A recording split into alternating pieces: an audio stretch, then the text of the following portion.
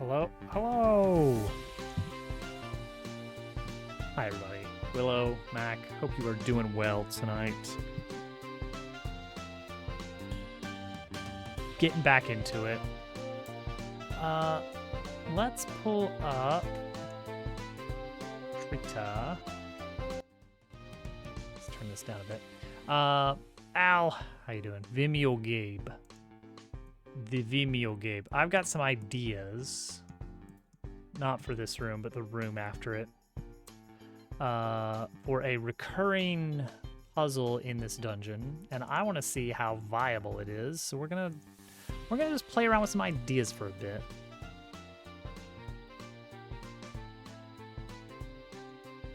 You can play the game. There we go. Okay. So I discussed this briefly towards the end of the stream. Something akin to the shell game puzzle in chapter 1. Not really a puzzle, more of a mini game. I'm gonna do something kind of similar. And I want to. So the nice thing about the shell game is it was random. It was a random solution. So every time you play the game, it's going to be a little bit different. You know, I like that. That's cool. That's neat. Just make a nice grid here.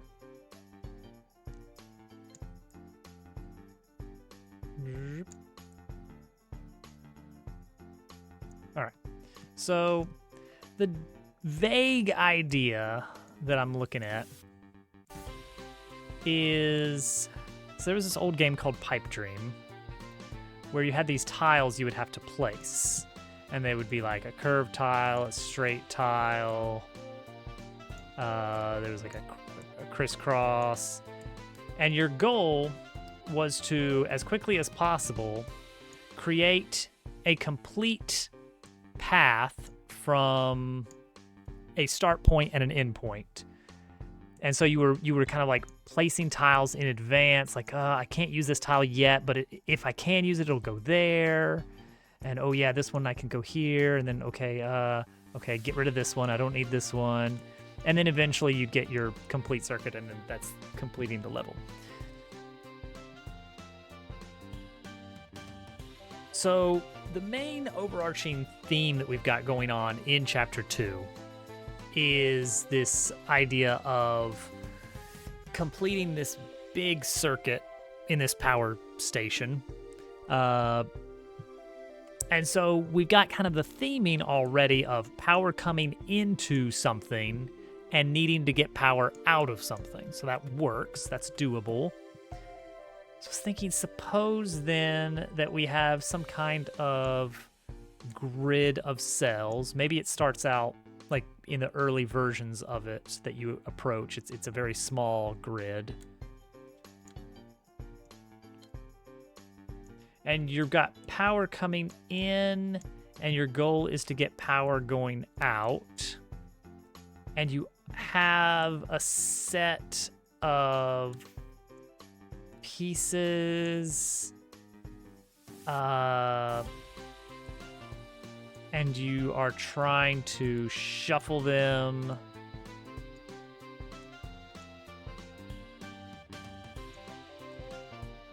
But to simplify matters, you can only swap horizontal neighbors. I think that reduces the scope of the puzzle. It makes it a lot easier to figure out. So the things I like about this, I think it's neat. We could add some cool little visual flair to it. It's kind of fun. Problems with it. Yeah, it's cute. Problem with it is add the witness to the game. Now we're talking. Problem with it is that it is. I feel like there's the problem here is your solutions are going to be basically, I think we have to have static puzzles. Like, we can't randomly generate. I mean, we could, but it would be difficult to randomly generate. So one problem is it's likely going to be that, okay, the solution is baked in. You could just memorize it or look it up, which I guess is fine, sure, but Second problem, and perhaps the worst problem out of the bunch, in the mini game for Chapter 1, the hay bale shuffle, if you fail, you still proceed. Like, if you can't get through it, if you just can't watch it, you still get the blender, but you have to do an extra fight before that happens. Posey, are you tearing that thing apart? Yeah, you are. Oh well, it's fine, whatever. So I was trying to think, like, is there a way to offer some kind of fail condition? So it's like you have to do this under pressure somehow. And, like, yeah, I guess, yeah, you could. A move limit, perhaps. We could change it from Tetris Attack to... Well, no, I was going to say rotation, but rotation leaves very limited puzzle space because, well, I guess curve pieces, you have two possibilities, so that's something at least of trying to figure out, oh, how do I get that going? It could be timing based. It could be like, okay, the charge is coming. You gotta hurry and turn it.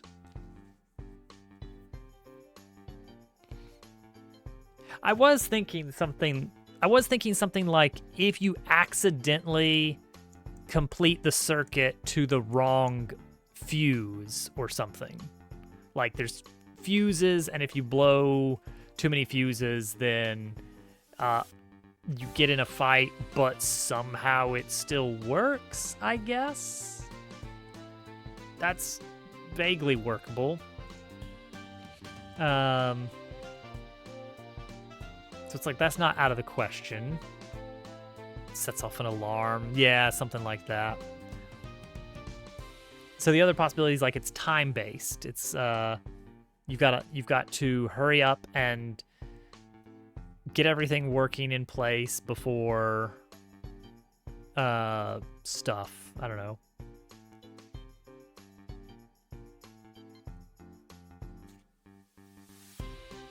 So I think what we could do,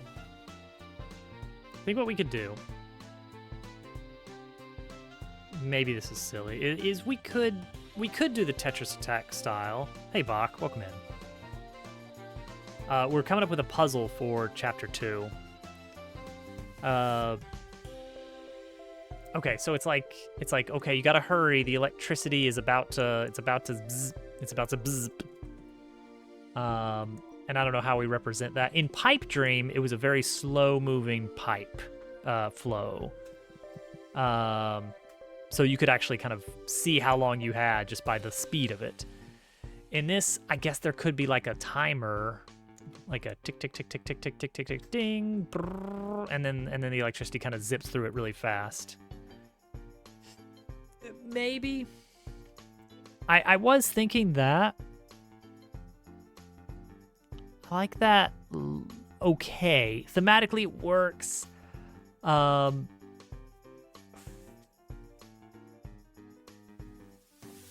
Yeah, it feels like extra fight is the best punishment for failure.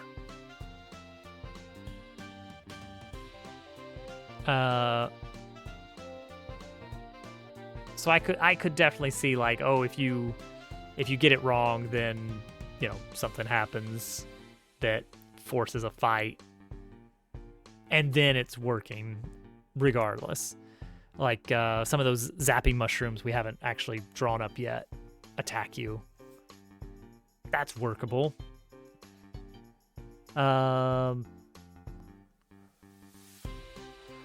Ugh. So then, yeah, we want a failure state. Is it time-based, or is it you have to cautiously connect things without accidentally creating a circuit to the wrong thing? That's... See, the problem with that is, what if you just don't understand the puzzle so much that you can't even get to a fail state? So that's a point towards a time-based puzzle.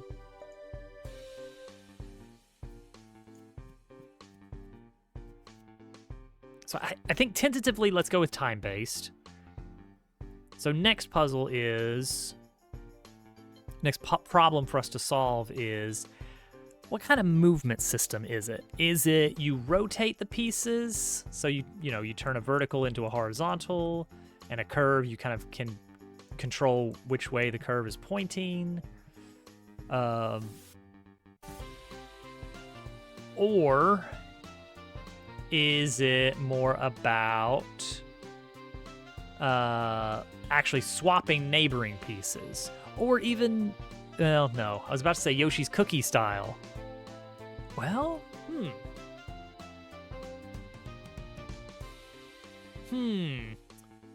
Oh, Yoshi's Cookie style. Hey, Liari.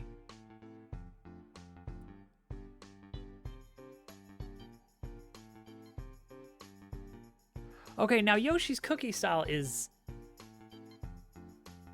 That's an interesting one. Mac, thank you for the Pib party. It's... Yoshi's Cookie is like a 2D Rubik's Cube. How? Oh, wait. Okay, that's why it keeps coming up. Because it's AutoMod. Okay. I thought AutoMod would be... like, blocked terms... I figured blocked terms would be blocking the message entirely, but no, it's just holding it for me to look at. Like a slot machine that spins. Yeah, that's kind of the idea with Yoshi's Cookie is you would take... Oops. Whoops. No, we're good. It's loading. There we go. I lost chat for a second. So the idea was you would pick a row or column and you would move the whole... You would slide the whole thing... and it would wrap around as well. But you could do like a row here, a column there, and so things could get shuffled pretty well. No, I wanted that. No, AutoMod did good. AutoMod did good. I just wanted it to completely block it. I think it used to be. It used to be that if a block term was encountered, that it would just straight up prevent the message from going through. But apparently not anymore. Oh well. I just don't want to see the stream boost stuff. Okay, so either Yoshi's Cookie, Tetris Attack, or Piece Rotation style. All right, let's make this happen. Let's do this. I'm interested to see what we can do here. Posey, are you being a pest? Oh, hold on. Posey is being a pest.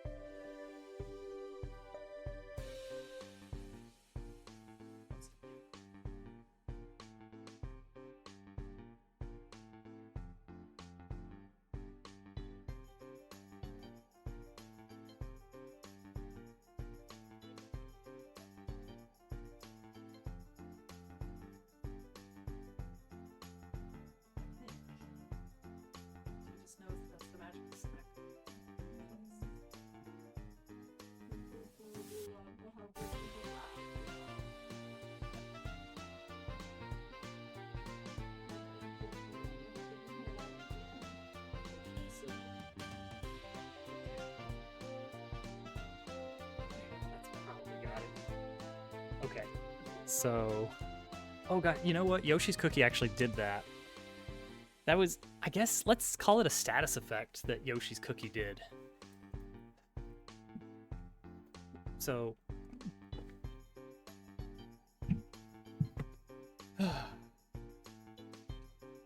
Posey keeps trying to get under Hovercat's desk because Hovercat sometimes accidentally drops a little snack. And so Posey is associating the desk with, that's the place where magical food appears sometimes. And she will stop at nothing.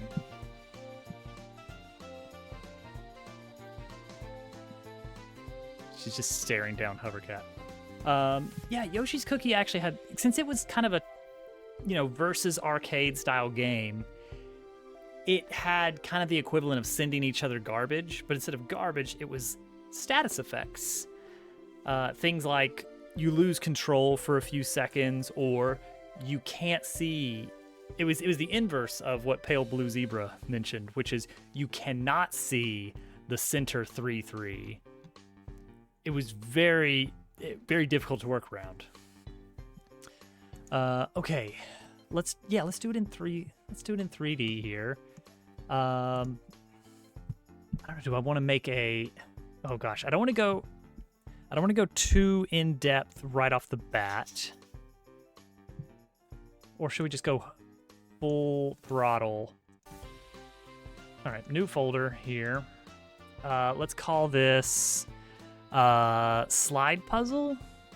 It's kind of a slide puzzle, power puzzle, wire puzzle. It's the circuit. You're connecting the circuit wires, sort of. That's what we're gonna theme it around. Okay. Let's do this. Let's see if we can get the whole thing figured out tonight. At least a vaguely working version of it. It may not be, fully complete or anything, but I'd like a proof of concept. So here's the big thing that we want. We want this to be extendable so that, okay, maybe the tutorial is 3x3, but we're gonna get a 5x5 later, maybe a 6x6. Ooh. So we need a couple of different panel types. So let's see here. Create a new scene for puzzle panel. Ooh. Should straight be its own scene, or should it be like the model? No, I guess we do need 1, 2. Ooh. No, I guess we can just do, for starters, 2 base pieces, straight and curved. And then we'll do crossover and maybe like a double curve piece as well. So we got puzzle panel straight.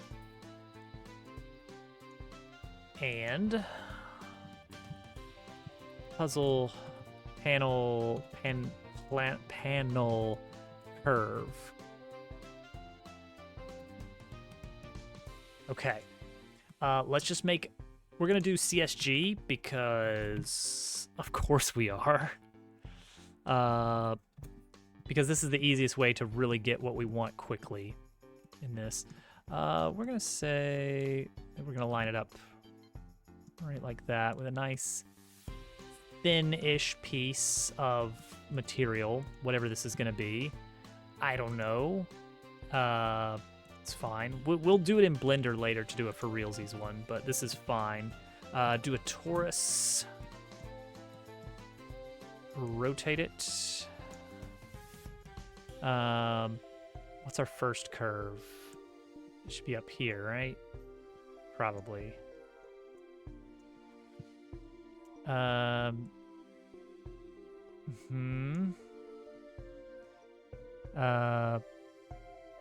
then move this up to like 16, 24. Yeah, that's great. Oh wait, no, I need to line it up with this. Okay, and then we aim for plus or minus, so 0.4, 0.6. Boom. So we'll say a 0.2 entry point there. Posey, what in the world are you up to? Oh, huh. Okay, that's the one I want to move. Okay, there we go. And then we do the magical subtraction, and boom. Look at that. We have a nice little carved away section. I'll even make it a little smoother. Wait, I think I can do that here, right? Oh, I don't want smooth faces because it's gonna do silly things. I want smooth faces there, though.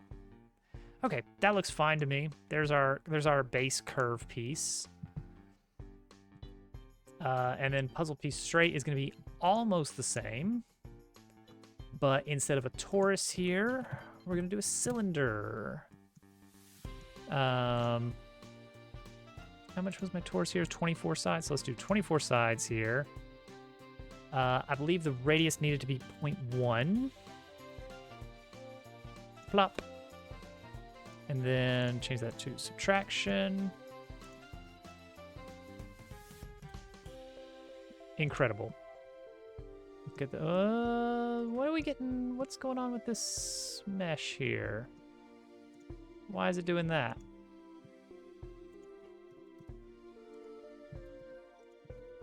That's weird. Okay, that's fine though. Just eat some of your toy, Posey. Like, actually swallow some of your toy.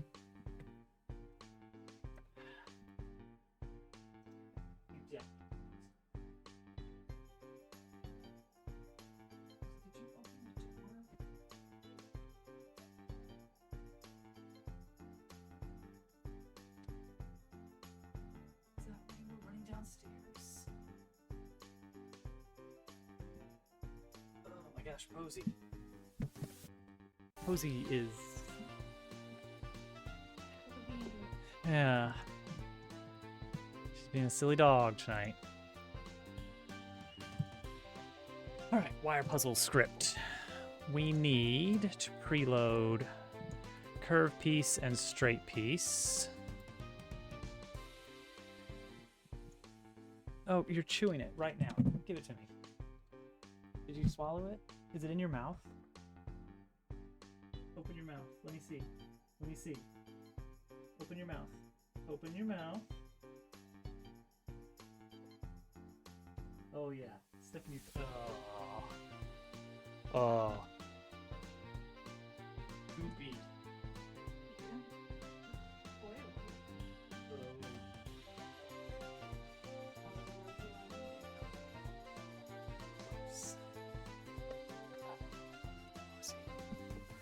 That was disgusting, Posey. Shouldn't have to pull things out of your teeth.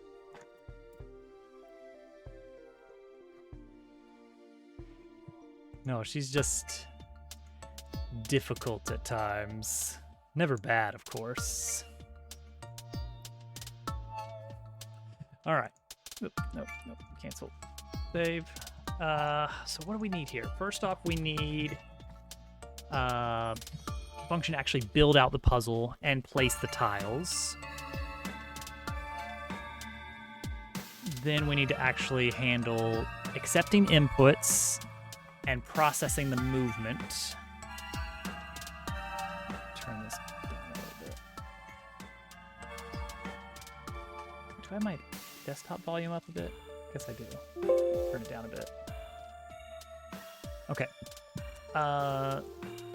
So for starters, we're going to define number of rows as 3, number of columns as 4. Let's do a mix of an odd and an even so we can make sure that that works right away. Let's see. We're going to have a tile... we don't 100% know if we're going to allow rotation and stuff. But, so let's assume that yes, pieces can change what type they are. Just lay down. Just lay down and chill with us, okay? Just chill. Just chill. There's going to be an array. It's going to be an array of arrays. We're going to do a full grid. Okay, so, and then we start building the puzzles. So let's say build a puzzle. Num rows, num calls.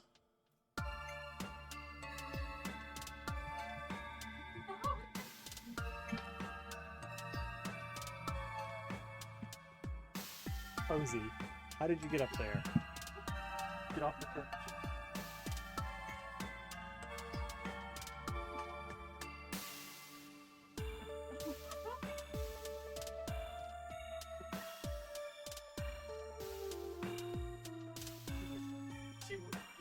You're eating plain crackers. You know she can't resist the smell, the aroma of plain crackers. Oh, they're salted. Like a salt lick for her. It's not gonna be long until like later tonight. I'm gonna be just saying, Posey, stop levitating. Stop floating 3 feet off the ground in midair and humming ominously.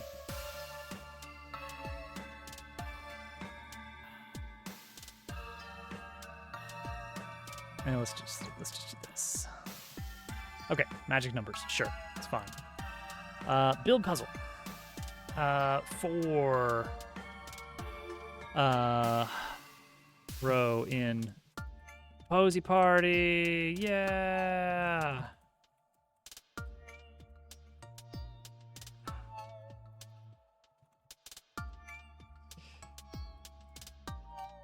All right, so we're gonna have tiles. So each row, tile row, it's that. And then at the end, tiles dot append our tile row. And then similarly, no, that's it, right?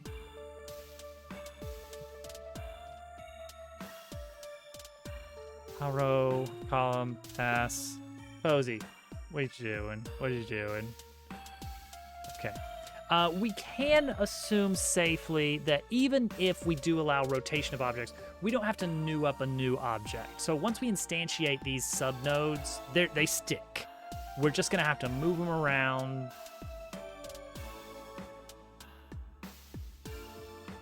There's a potential weird issue with looping around the other side, but I think we could just kind of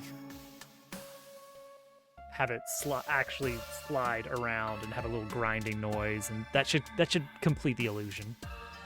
Tile row dot append whatever tile is. It should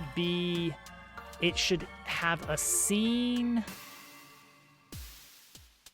as well as what type of tile it is. However we define that. We can grab position by just going through tiles, tiles sub 2 to sub 0.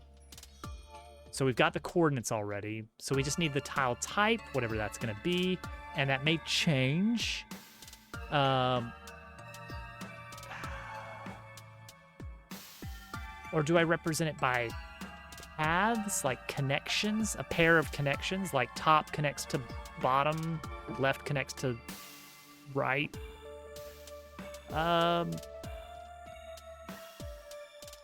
It's going to be an object regardless. We want to have all the details there, I think.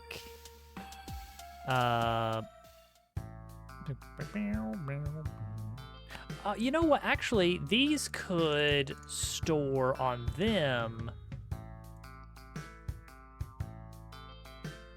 Yeah.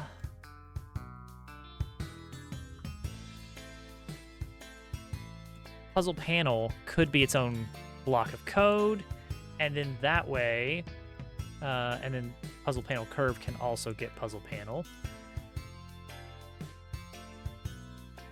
And that way, puzzle panel can store Uh,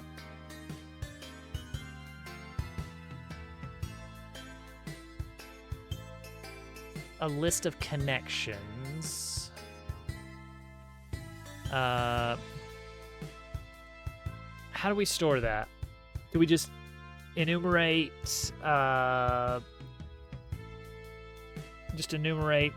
the 4 sides as 0, 1, 2, 3?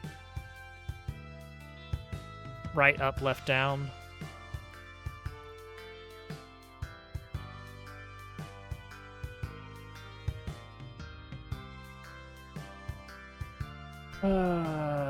So we have to define. It's an array of integer pairs. Ugh. Can Godot do nested type collections are not supported? No, it can't. It can do array of array, but then it can't define what that is. One option is we store it as an actual list of ints. So if I wanted to say it connects right to left and top to bottom, we just remember that it's pairs of ints. That's doable. We can iterate over that pretty easily. Okay, I think that's what we want to do then. So puzzle panel straight gets 1 to 3. And then puzzle panel curve gets 0 to 1. Okay. I know what I'm doing. This may seem silly, but I think I've got an idea here of how to make this work. So WirePuzzle supports now a function called rotate clockwise, which says for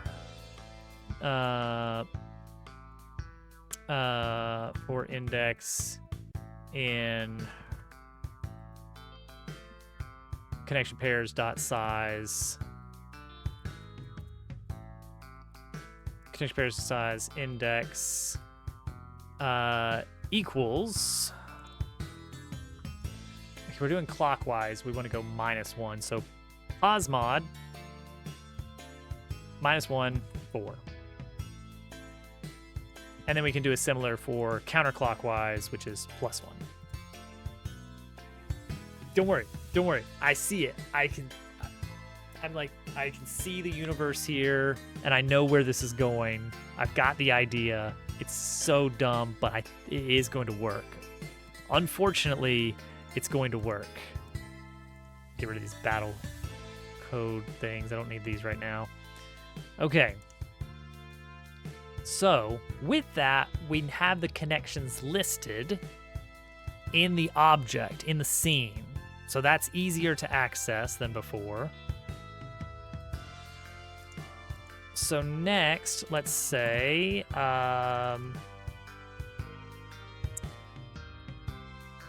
chosen tile type equals, it's either curve or straight with, for now, with equal probability. Pick a random one. Tile equals chosen tile type dot instantiate.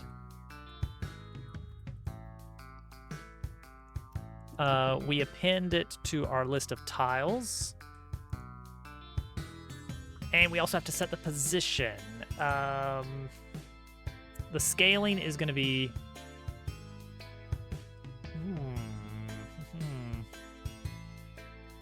Well, X, it's going to be based on your row here. The offset, should I always lock it into the bottom left? Would that be easiest? That would be easiest.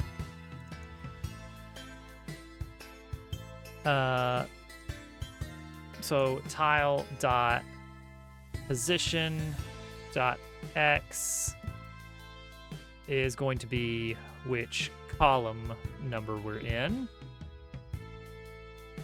Yeah. And then tile.position.y is going to be which row we're in. append the tile row, and then actually add it to the scene. Okay, let's see if this builds us a puzzle. Also, I need to go to our scene manager and mark this as a special no player scene, because I don't want the player to show up here. Also, there's no light in this scene. I don't know if anybody cares about that. It's probably not a huge issue.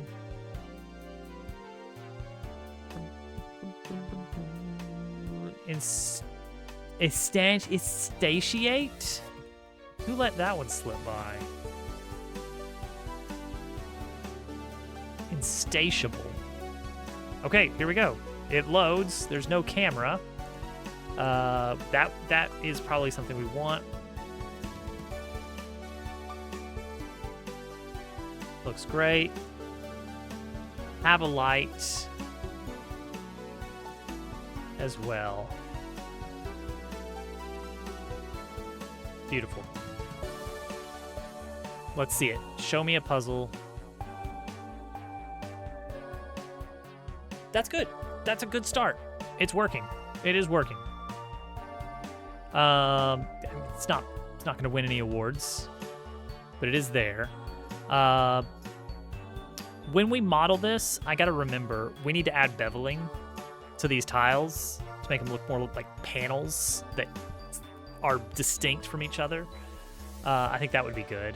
In addition to maybe adding some kind of like interior, I don't know, like wire, like braided wire onto the middle with like an electrical contact on either end. Yeah, that's for later though. Okay, this is good. Next up, we need a cursor. Yes, cursor. Possibly two. We'll see. The cursor is a cursed thing indeed. It's going to be boxes? What's the least number of boxes we can get away with? That's 8, but that 4.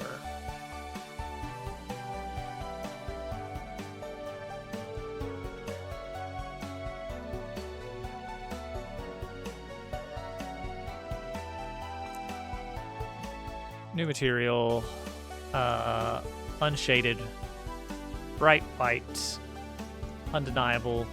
It needs to be 1 by 1. It will have a little bit of a pulse effect. Very thin, because it's really meant to be kind of like a 3D UI element.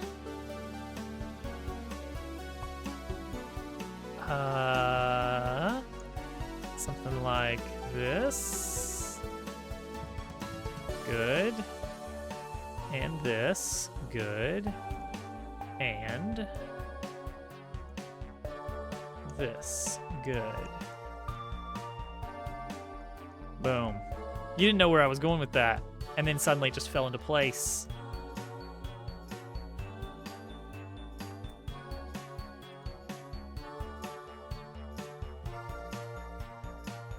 I'm moving around at the speed of sound. That's not what I want. I got places to go. Gotta follow my rainbow.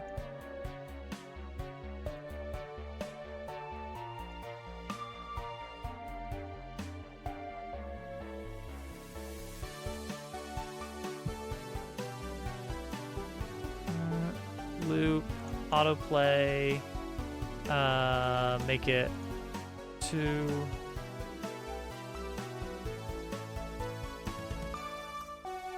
Perfect. Oh, that fell together really quickly. Okay, cursor.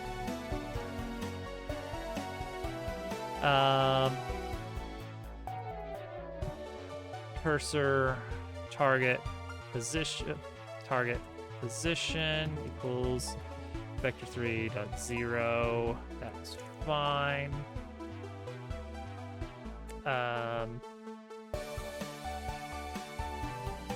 always move to, do I want to lerp towards or move towards lerp? Is there a way to do a lerp accounting properly for different frame rates?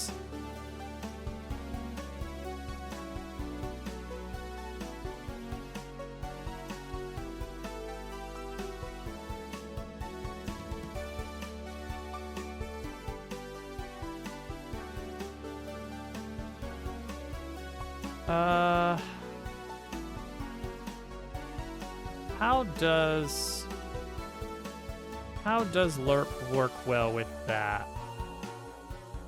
All right, we'll try this. The way to, yeah, okay. They called it out correctly in the documentation.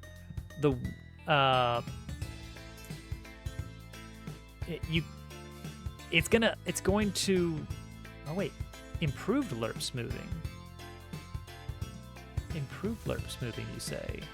What do you got here? What do you got for me? Yes, lerp, but yep, improved version. Okay, here we go. Target value. Choice of exponential 2 is arbitrary. Any base will end up fine. Okay, yeah, mathematically this does make sense. Something like that. So cursor dot position equals cursor dot position dot lerp, not slurp. Don't slurp it. Cursor target position, the weight. Yeah, this right here. I don't know, 0.1. This is probably POW, right? Yeah. No. Oh, it could be, though. POW to the... Oh, what is it?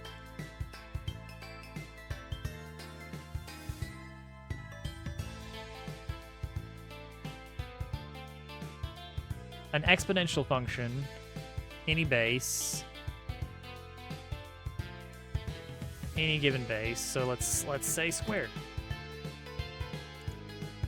I don't know how well it's gonna work. We're probably not gonna test it much. We need handle input. Because we're gonna put this in a separate function because later on, when you're in the room but the puzzle's not actually being interfaced with, it needs to still be displayed, but we're going to turn off the input handling when that's going on. So I want that to be possible. So handle input, input dot get vector. Do we want to do that? No, wait, hang on. No, we don't. We want actual buttons like we did for the hay bale minigame. How did we do that? Let's do bale, shuffle loop, bale jump, update cursor position, cursor select. Did we do it as a menu? Surely not.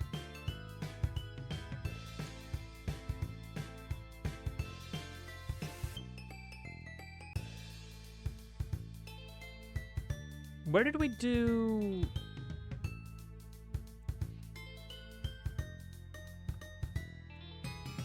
Where did we do input management for the hay bale system? Input locked, yeah. Pig pop up, shuffle loop. Oh yeah, we did it as a menu. Don't love that. Don't love that. I get it. We did spend a lot of time on that base menu code, but no, that's not gonna be.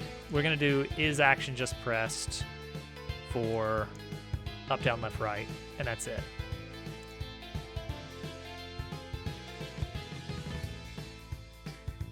So that's gonna be the idea.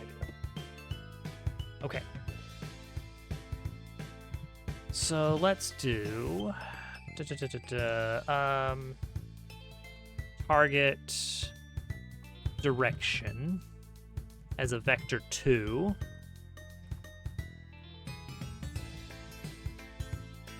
And that way, if somehow you press both inputs, it will zero out, and that's fine.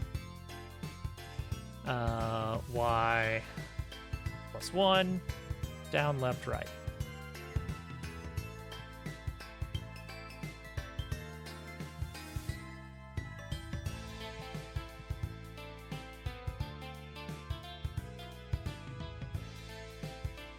Okay.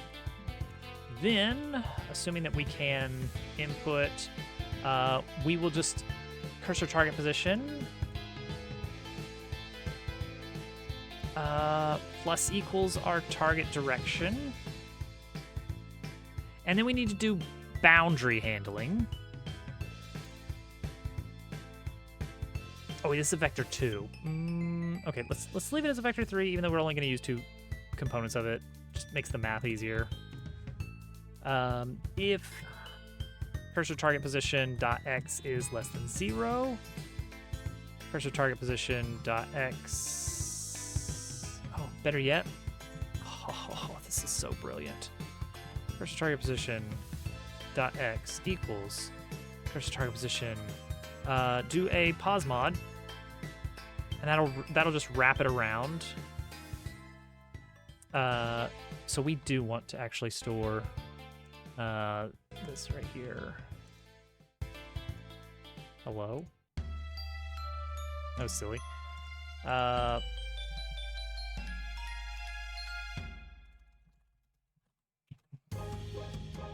Rows and columns.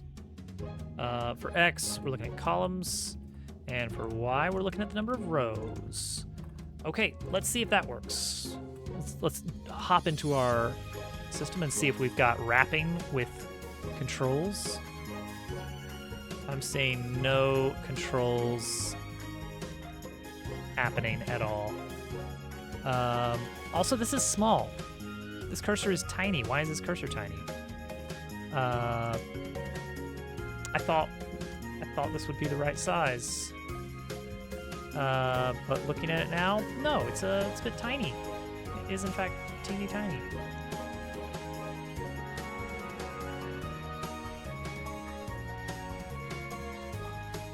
Double it up. There we go. I somehow halved it. Why is there no input happening? Process is happening. Handle input is not happening, apparently. Let's just have scene manager dot metrics log.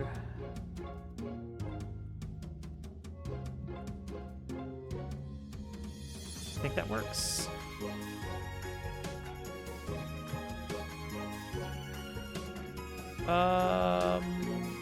There is an XY issue for 1. Yep, right there. I see it.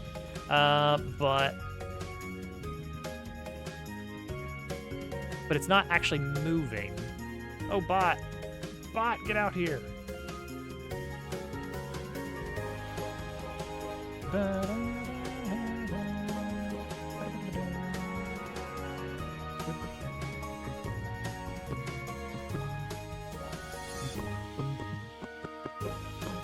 Why isn't it actually moving? Cursor target position. We lerp. This is probably wrong, isn't it?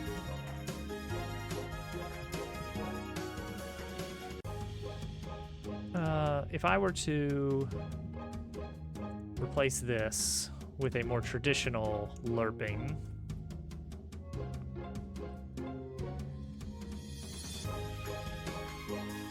yeah, there we go. But this one is now frame rate dependent, which is bad. Okay, so it was an issue with our lerp experiment.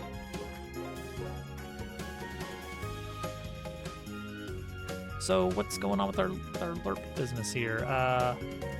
Delta is like a fraction. Oh yeah, because it's so tiny, isn't it? So we would want to do like This much? Is that enough? That's not enough.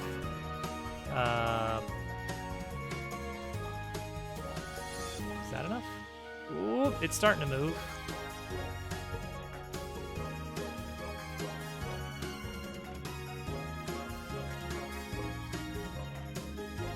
That's weirdly sluggish, right? Delta.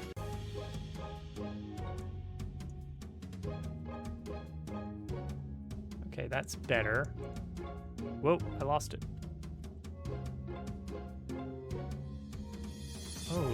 Oh yeah, look at that. That's silly. You know what? It's fine if the lerp is a little bit frame rate dependent.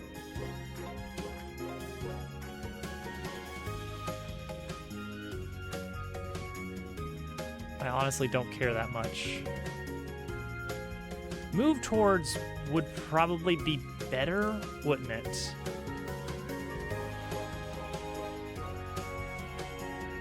Move towards target position at a rate of delta times 5.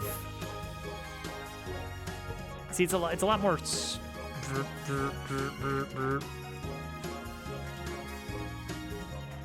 But if it's fast enough, nobody's gonna care anyway.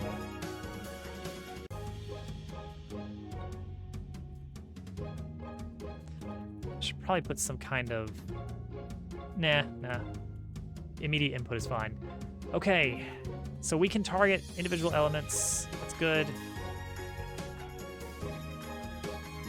Now we have to make the hard call of, okay, and what do we do? Do we do it Yoshi's Cookie style where we can slide rows and columns around? We can make the functions for both and then just use whichever one turns out to be more fun.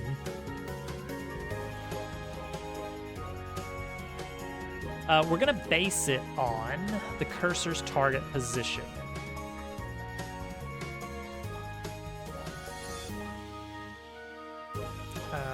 So let's see here.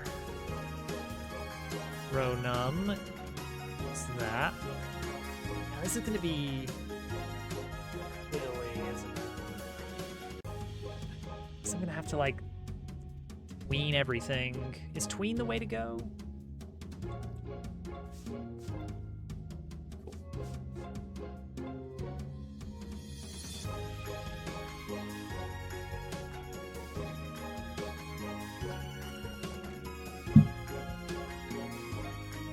Tween is probably fine.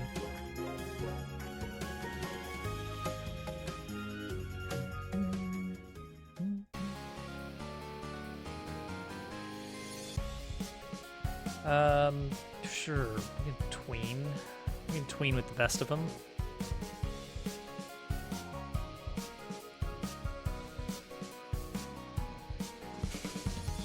It can't be done. Can't be done, Al. One idea real quick, just because I think it'll be nicer to look at, and it's nice to be able to do that kind of stuff, is we're going to load it into a container that we can offset a bit. And instead of adding child directly, it's going to be container.addChild. And we're going to offset the container position by the appropriate number of tiles.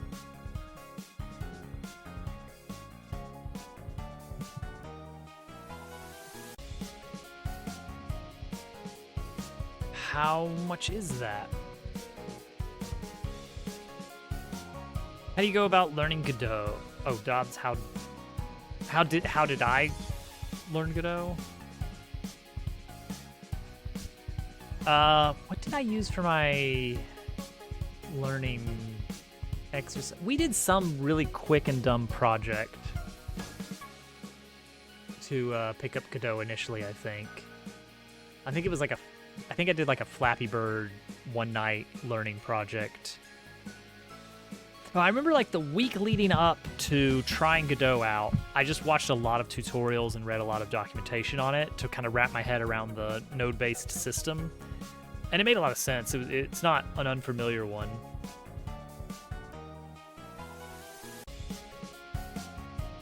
Do I do that outside of Godot? A lot, yeah. I'm a full-time software developer. Corporate applications, though, so I don't actually get to do a lot of programming. It's mostly paperwork.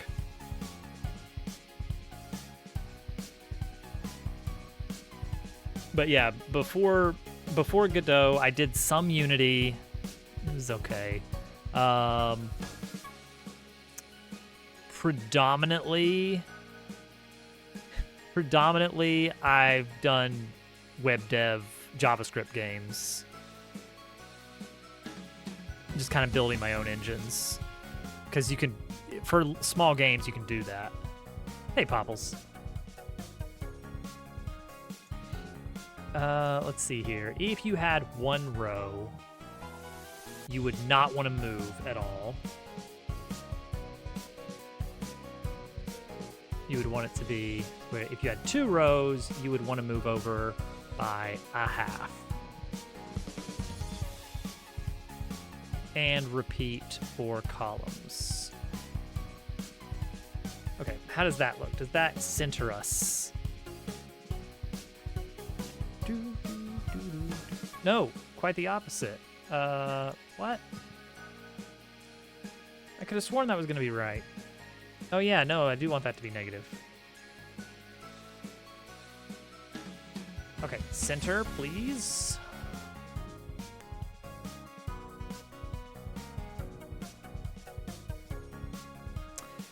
The camera's not centered, is it? It's certainly not. It's... Wait, no, it's fine. Yeah, camera's dead on.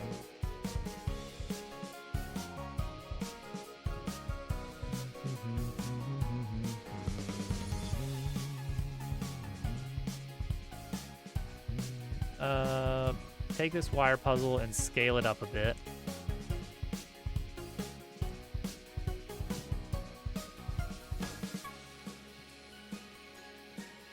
Hello? Move this camera closer. Yeah, this is not the right spot at all. This is not the right spot.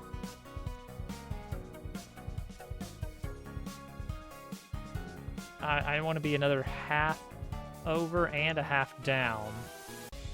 How did I pull this off? If you had exactly 1 row, then you want no movement.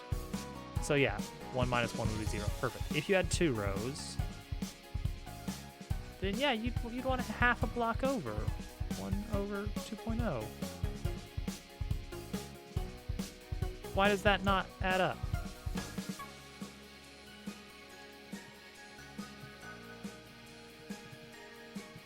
Do over. Center this. Center this. That looks super well centered. Great. Camera closer so I can see this better. Okay, and what if I have 2 rows? Redo. That should move it by half a unit. Oh, I see something wrong there. It's probably because this is supposed to be columns and this is supposed to be rows. That would do it, wouldn't it?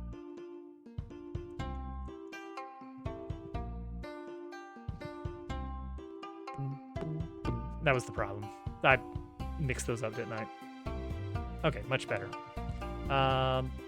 Let's move our cursor a little bit. I think that'd be good. Just on the... Whoa, no, that's the size. Transform. There we go. Get it sliding right on top of it. That looks better. Okay, good, good. Okay, next we're gonna make a function that will allow us to slide the tiles around.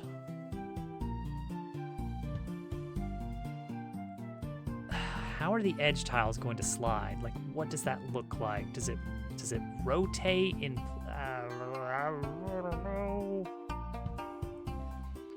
It's gonna do something weird, I'm sure. So that's cool. Team Fortress 2 weapon. The Holy Mackerel. The stats of the Holy Mackerel are very silly. They are identical to the stock baseball bat. It does nothing different, except for one thing, which is that it announces every hit in the kill feed, even if it's not a kill. Every time you just smack someone with it, for no matter how much damage, it always announces it in the kill feed.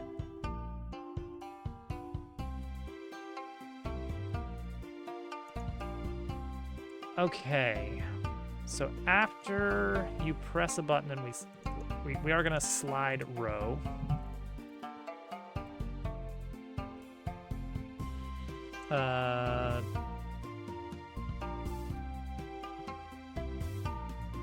Sure, jump, it's fine.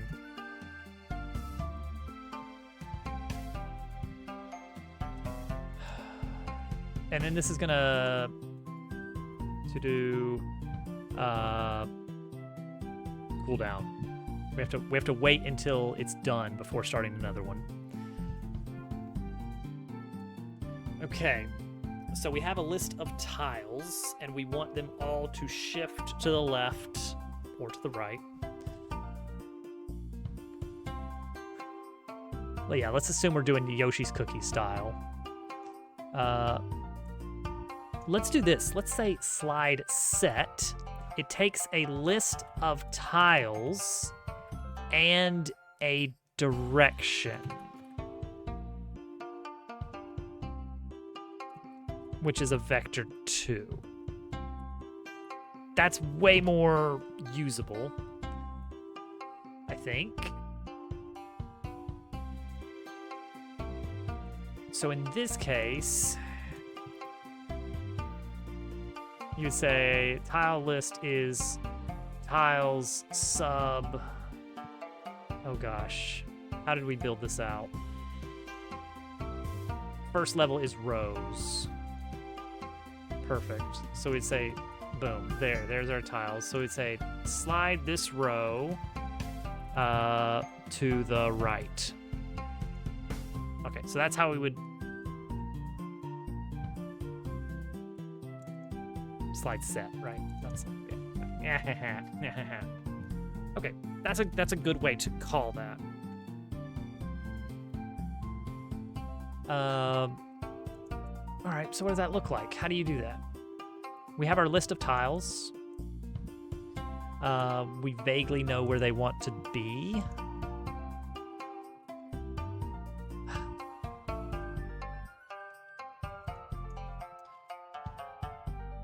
So it's going to be our tile in tile list. We're going to make some tweens. First, I need to find myself a tween that we already have.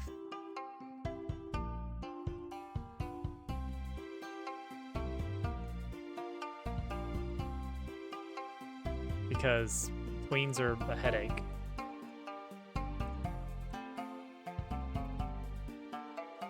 So tile, position.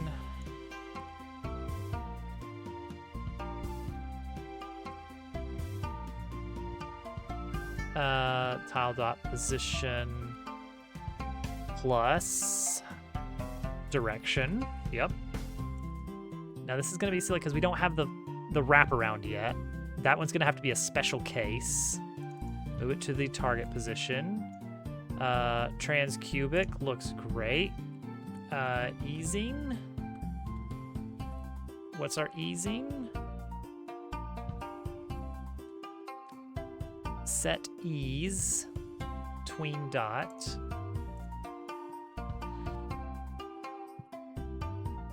Ease in out. Sure.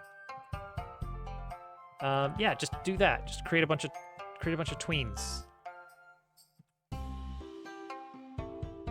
Make the whole game this puzzle. Perfect. This is the new game. Okay, did not like that. Oh, yes. Surely there's a way to cast a vector to...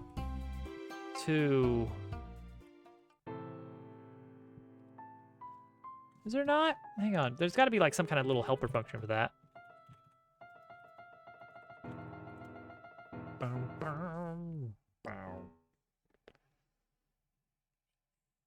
It's not. There's none. You have to do it by hand. Okay. That feels silly. But all right. Done.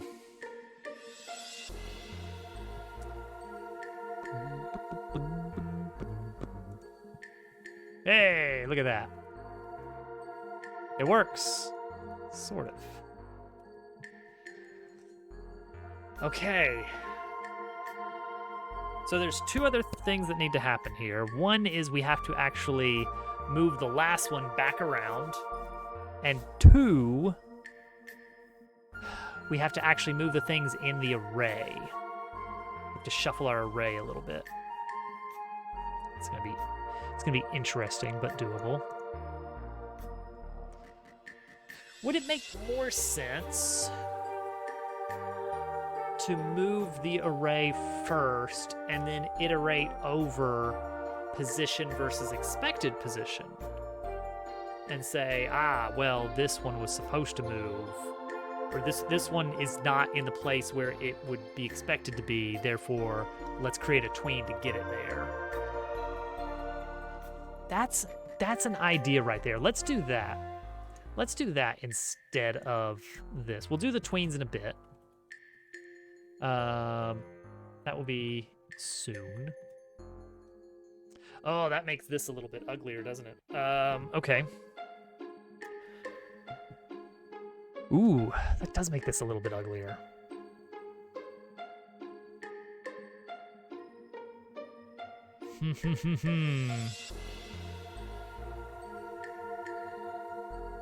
Well, now I feel like I want to have a... All right. Now I feel like slide row makes more sense.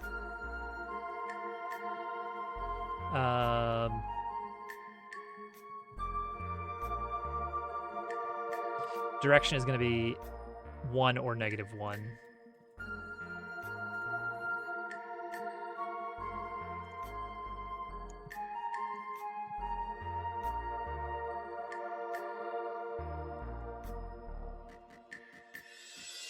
So let's change this to slide row to the right. Yeah, this is silly, but I think it will probably work better. The row is tiles sub row index. So we just have an array now. That's easy. See, this is a little bit sillier now. If we are moving to the right, then take row dot pop. Come on, give me my documents.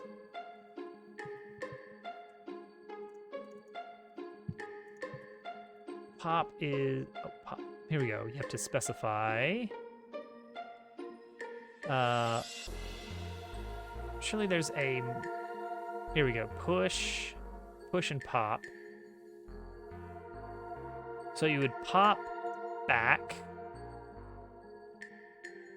returns the last element, and then push front to add it to the beginning. All right. Just closed the wrong thing. All right.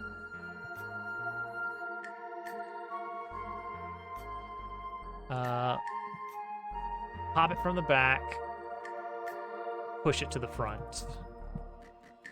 There, that's it. Else, reverse that. Push it on the back or append, pop it to the front.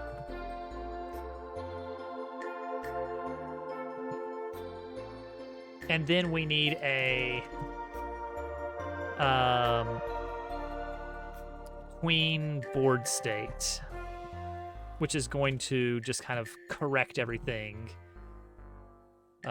for tile row in tiles, for tile in tile row. Oh, no. For tile Y. in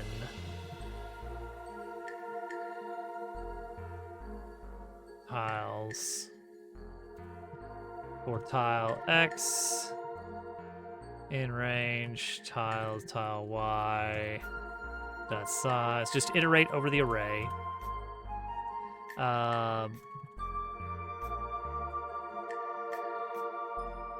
Tile X, no, tile Y, tile X.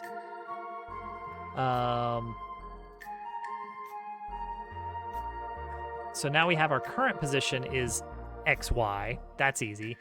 But our target position, or no, we have our target position and our current position is the tile dot position. So now just do this. Do what we did before, right?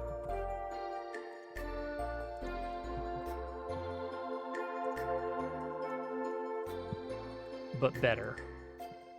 Tile dot position. Position is just vector 3 of tile X, tile Y, and that's it. So does this work? Oh wait, also call that function after doing this. Make sure to call that function. Okay, that works. It shuffles. Surprisingly, this one that's flipping around to the other side doesn't even look bad in the way we're doing it. There does need to be something that if you are moving a distance more than 1, then we need to split that tween up.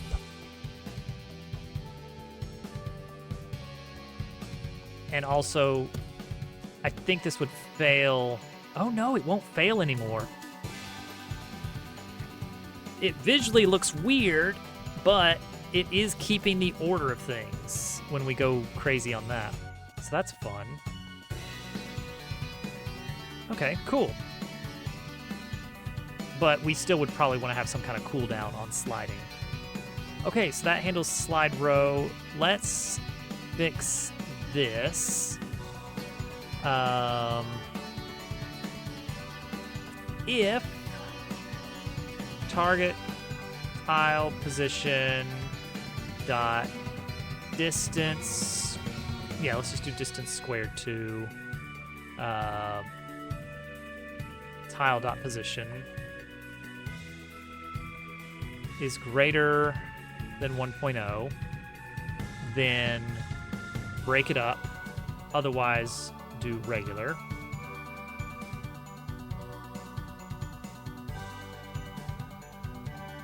So if it does need to be broken up into 2 pieces or 3, should it like 3 pieces? That's doable.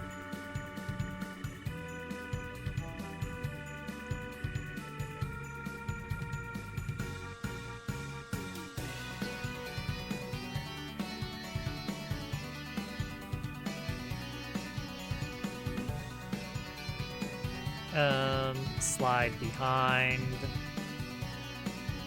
slide straight across.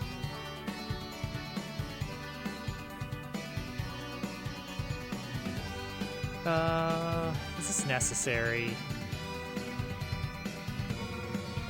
Not really. Not really. Why are we doing it?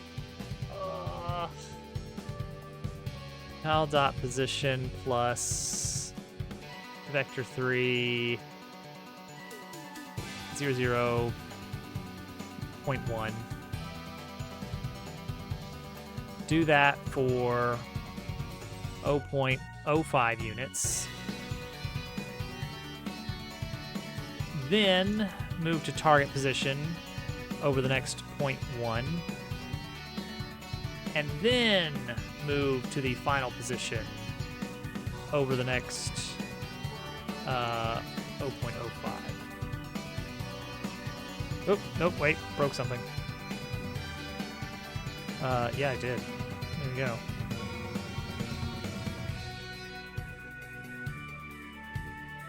And it'll do those... Okay, this is... Oh, look at that.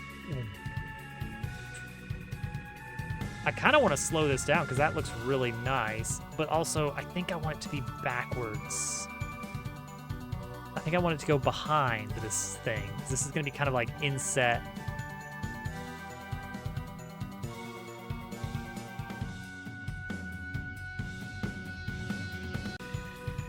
That's slow motion. This is at speed. I think we need to slow this down though. So let's add a variable for slide speed. The existing one is going to be 0.2.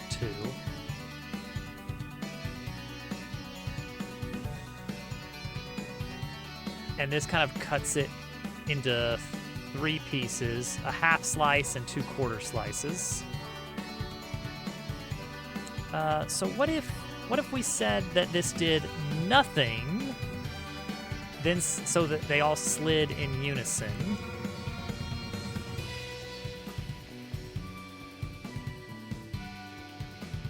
Slide, do nothing. Just to kind of match the speed a little bit. And then let's change the actual speed to something like a half second.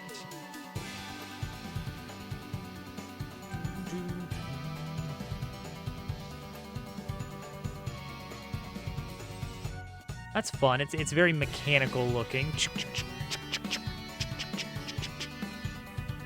Oh, it'd be really, really fun if there was like an actual staggered effect, but I don't think we can get away with doing that right now.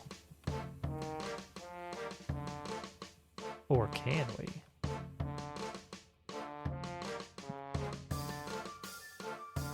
Yeah, cooldown is definitely necessary.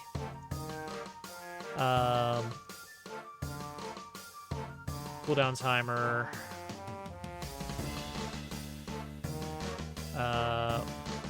When we tween board state, cooldown timer equals slide speed. So it won't allow you to do it until that's done. Cooldown timer has to be hitting 0. Process, cooldown timer.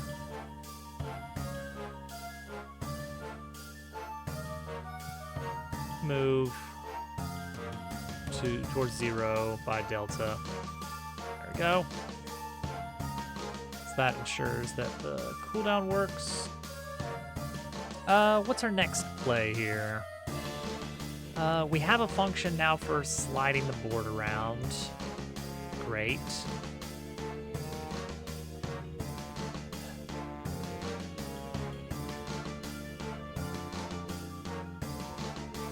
I guess it should be, if we're going to do the slide stuff, it does need to be Yoshi Cookie controls, doesn't it? Which is hold button and then press a direction to choose how to slide.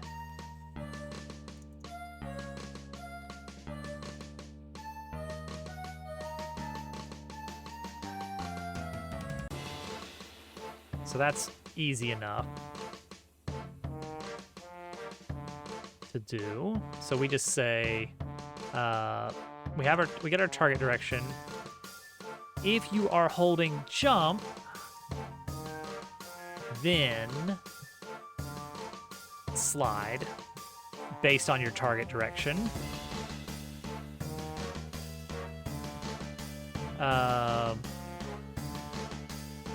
And cooldown timer, well, only if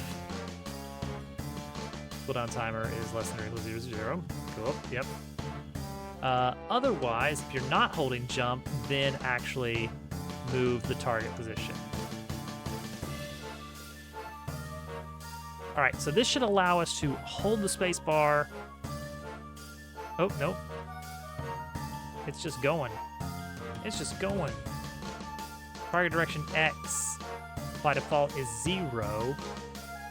We require a direction.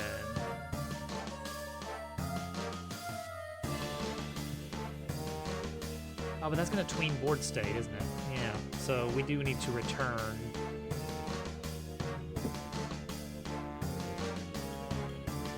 On the 0. Check our inputs.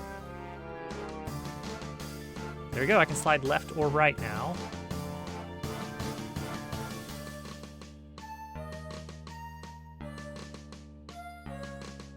Okay, let's add an up-down to that, I guess. This one's going to be a little bit more complex, unfortunately.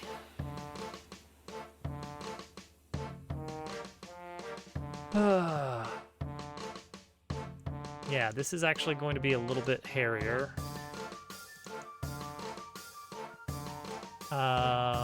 Yeah, how are we going to do this?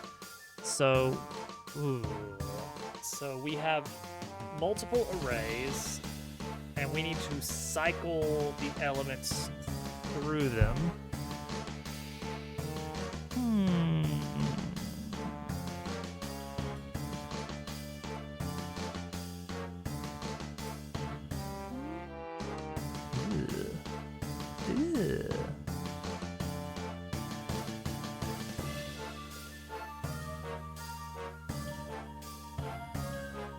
Okay. Okay.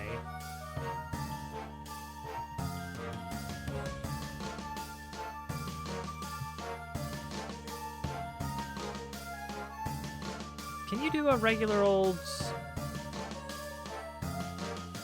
for loop in Godot? No. Probably yes, but all right. Row index equals 0.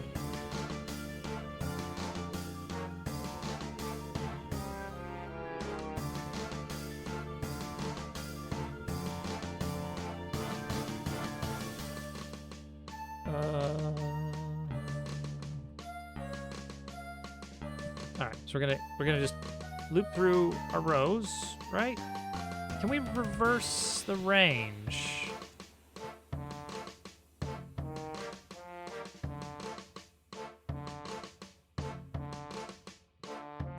Can we reverse this like this? Yeah.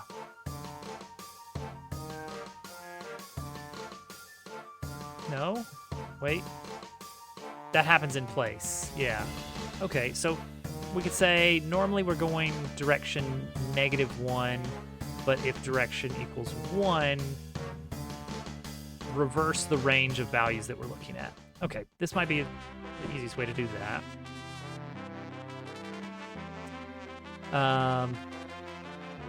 We need to store the initial value.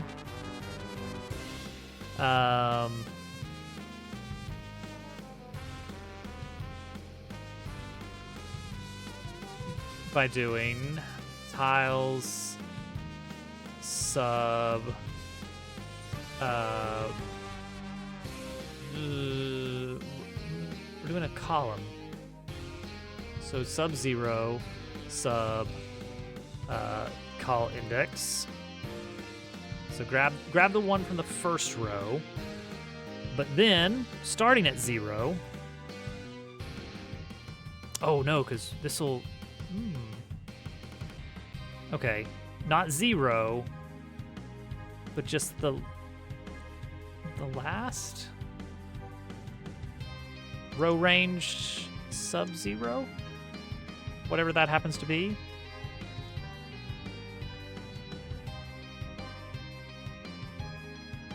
I think that works. All right. Next row value. First value. Next row value is row index. Oh, geez, my brain. Uh-oh.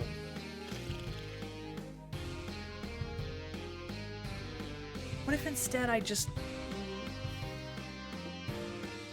Hold on. Idea.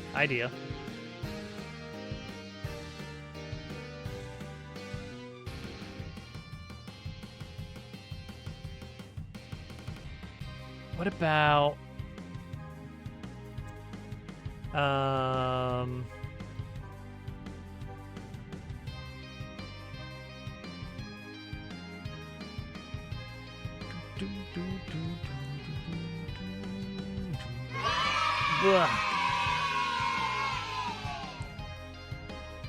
that got me. That got me good. I just want a traditional for loop that I can control the iteration method. All right, you know what helps me when we get into this kind of sticky situation? Pain. All right, so we have our grid of values, and I want to change this. So I've got a tile here, here, and here. So what I need to do is first grab whatever the first one is and store a copy of it. Then I want to, starting with the first one, set the value of that one with whatever is below it. So that becomes that. And then repeat for row 2, that becomes that. Repeat for row 3, that becomes the top one, which is now value 2. And then at the end of the whole mess, correct that mistake. I'm trying to think, how can I the reason I'm making a pain of this is I would like a blob of code that goes forward or backward without having to rewrite it twice, but I'm now realizing that's probably not going to work very well. So let's just go for it. For I in range rows. All right. Row 0 value equals tiles row 0 column index. This is all if direction equals up for this one. Is it doing the thing? I've never understood why does it do the thing. Here, go back to the prologue. Prologue, I dare say.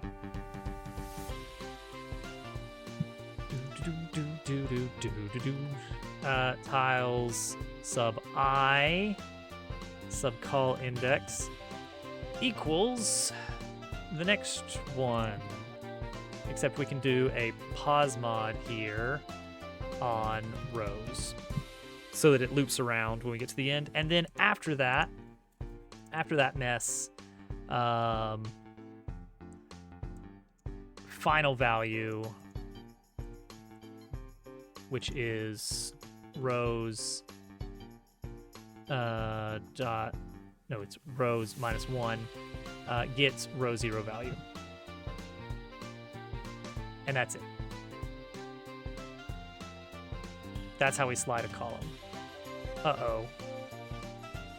No, we're good. Whew. Okay, so that's only one direction working, but it should be working now. So now we can slide right, we can slide left, and we can slide neither up nor down. Cool, because I didn't actually plug in the code to do that, huh?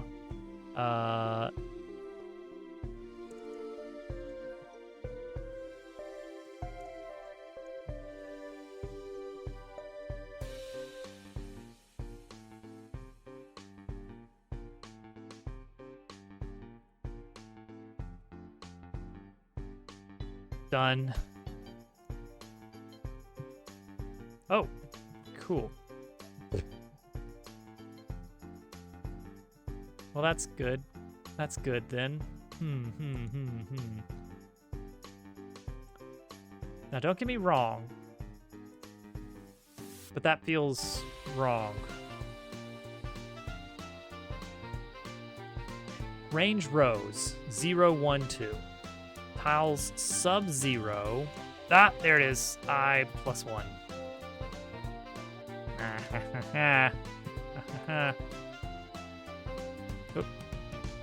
Okay. Yep. That works. Can't go down yet. Can go left, right, or up, but not down. That's not too bad, honestly. I hyped it up as being like, oh, it's gonna be so much extra code. It's like 4 lines. It's like 4 lines. It's not a problem.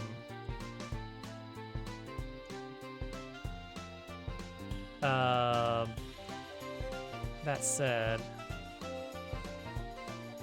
would have loved this to be reversed, but it's fine.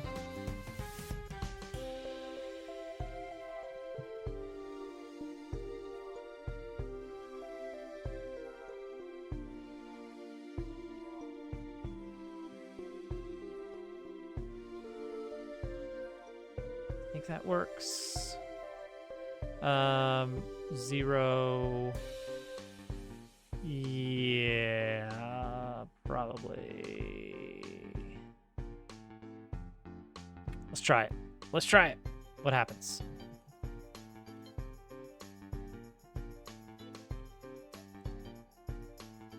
Oh, whoops.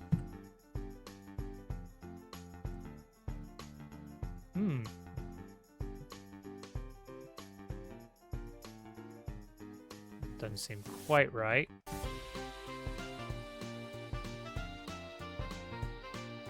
Oh. Oh. Something screwed up there.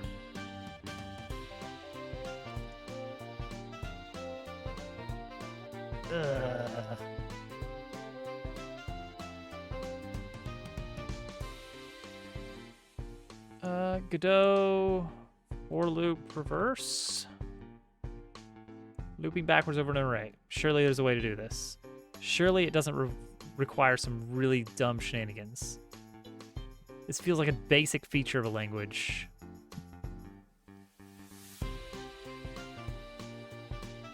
Oh.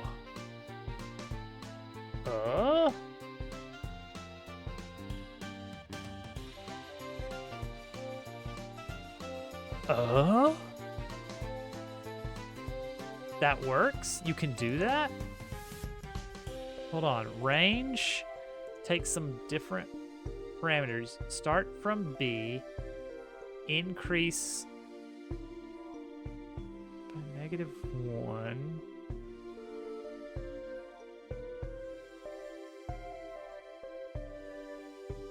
I in B in S. Start at B for by steps of S. S. Oh yeah, okay. So you could do that. You could do size -1, go to -1 by steps of -1. Whoa. That's bizarre. I'm just not used to Python. That still doesn't work, right? I still screwed something up though. Nice strong rabbit.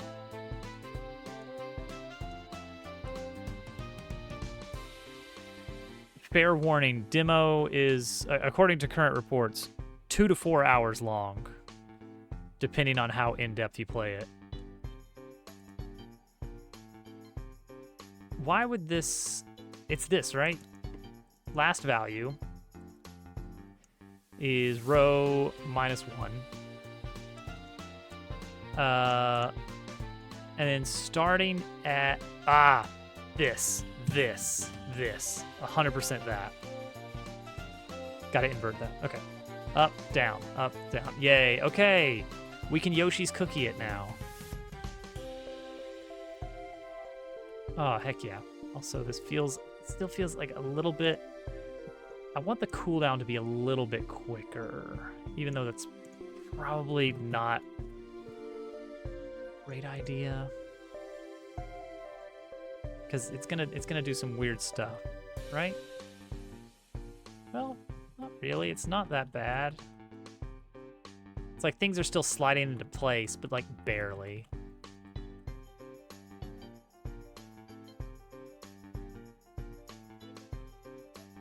I think it's fine. Part of me wants to make the slide speed even faster. Okay. Okay, so we have basic functionality here. But we can't confirm that this is a working path, can we? Oh, and that's where things get silly. That's where things get silly. So what you would have to do to make this work is you have to start with a verifiable correct path and then shuffle it.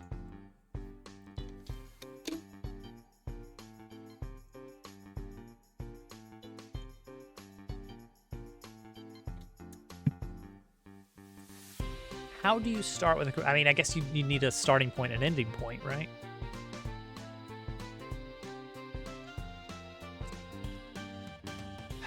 Does the start and end point exist within the puzzle or as an exterior element? Well, obviously exterior element, because otherwise you could just move the start and the end next to each other and you're done. And that's not very interesting. So instead we... what? We have some location that we deem the starting point and the ending point. And we generate an algorithm that says, build me a maze that can go from A to B.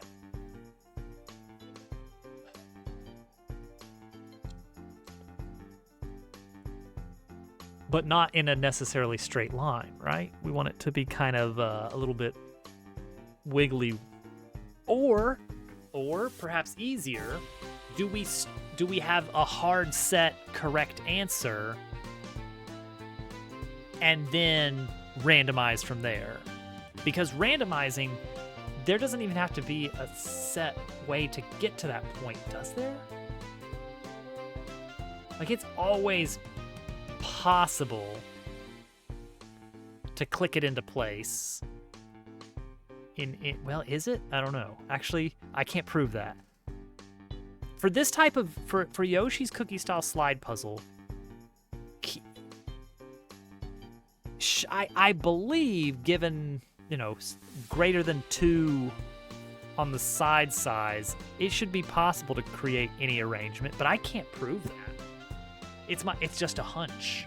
So maybe we do have to do a random shuffle just to verify, like, yes, this is definitely possible to achieve.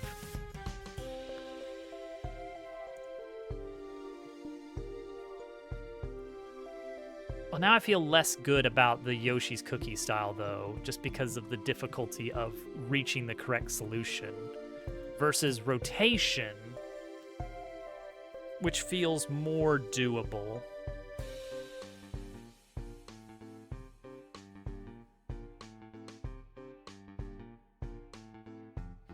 Yeah, let's add a rotation function now. Do. Oh, you know what? Oh. The tween. Still doable. We go to this code here.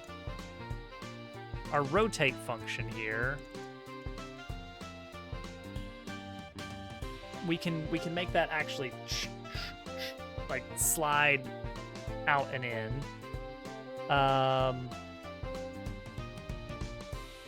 The rotation. How do we do the rotation here? Do we just keep it a separate rotation speed?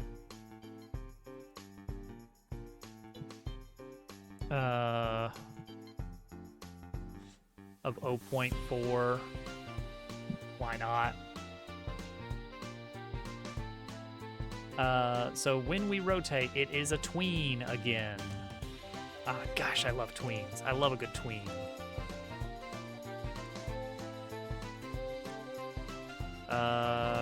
Refresh rotation. No, tween rotation. Let's be more specific here on what's happening.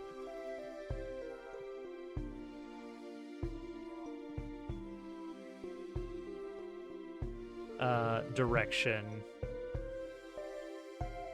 is an int 1 or -1. Do I just go with tile dot? Okay, so we're gonna do a multi-tween here, right? We have to position it back, rotate it, and then slide it back into place. So we're gonna say tile dot position is tile dot position plus vector 3 dot forward times 0.2. I think that's what we did on this one, right? No, we did 0.1.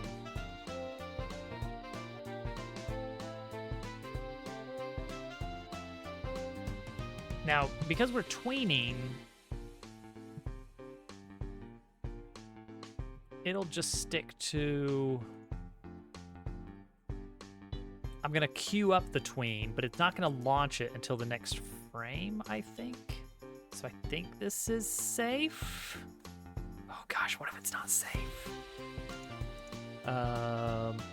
Okay, so let's get target position then.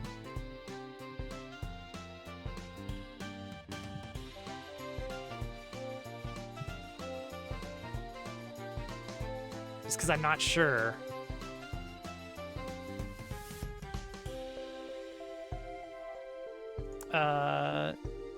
You don't like this? Tile dot position. Oh yeah, I could just... Let's just start with this and just keep it as a variable, and then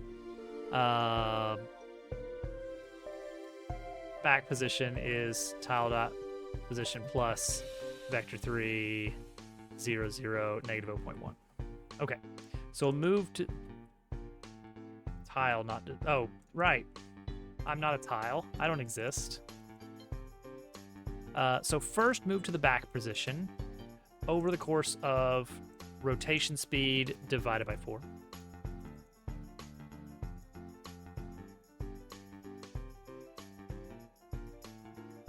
Then move back to the original position. And then also we're messing with our rotation. Whoa. Target rotation is our current rotation plus 90 degrees times direction. What do you not like? What did I do? Tile. Where's tile? Oh, yeah, I guess so. All right, so after you do this thing clockwise is 1. Counterclockwise negative 1? I think that's right.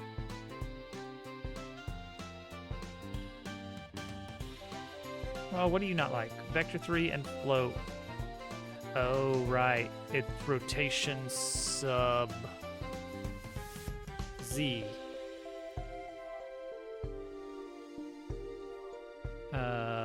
Rotation Z. I think this is how you do a tween for a subproperty. I'm not convinced. Okay, so now instead of slide row or slide column, we're gonna have rotate tile as an option.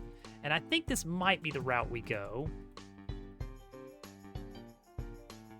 Not 100% sure, but we'll see.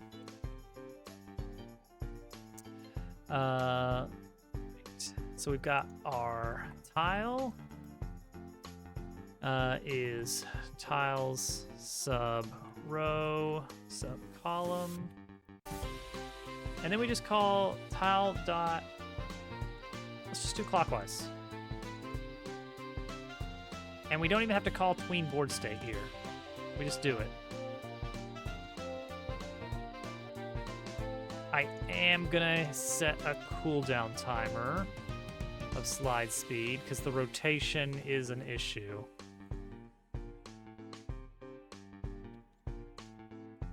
Okay. Now I need to actually set up the code to tell it to do rotate tile instead of all this other stuff.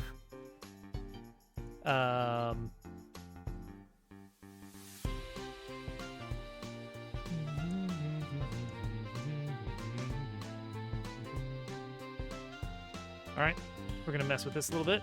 If you just pressed jump, then rotate the tile that you're looking at. And that's literally it. Where's my, oh gosh, where are we? I'm on the wrong scene somehow. Okay, that's cool. Yep, okay. That's kind of fun.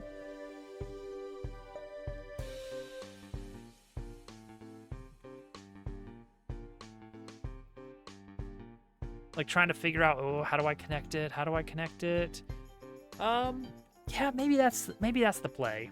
Is start with a predefined puzzle and then just do random rotations. Double check that it does not complete the puzzle, that a minimum number are properly rotated away.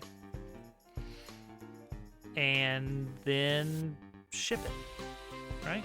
Maybe have a few different versions of each puzzle.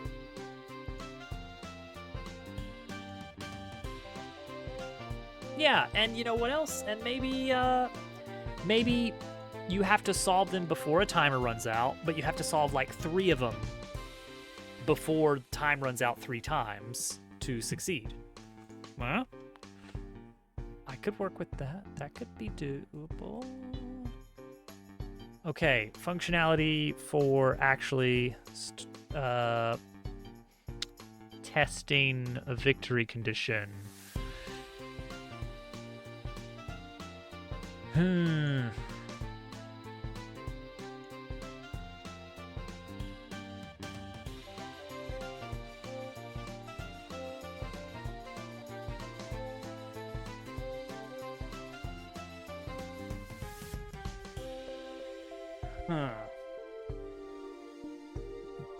Okay, let's think about this.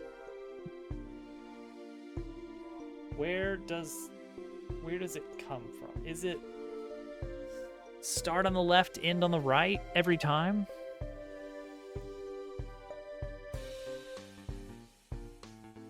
Maybe an optional mirrored version, I don't know. But it seems the easiest to situate in our scenes is if we have a dedicated, you always start on one side, end on one side. And it should be the long dimension because that is significantly simpler.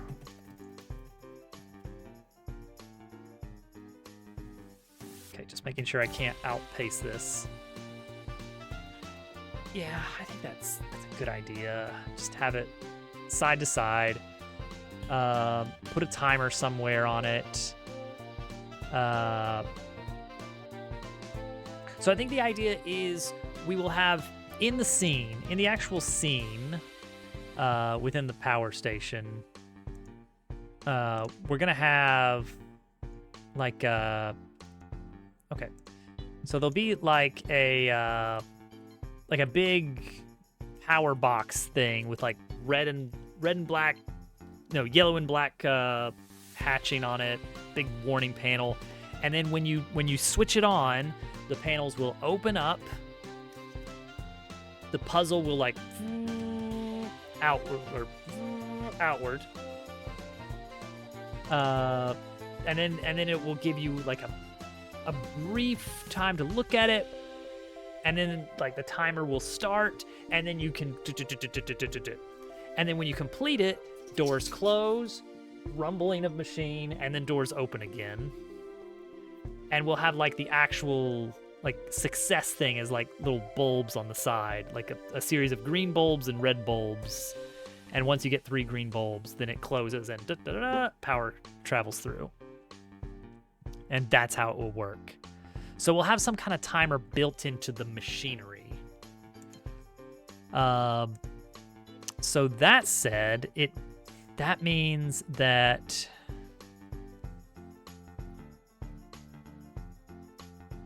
let's try a big one. What would a big one be? 8 by 8? I want to see, are square values okay?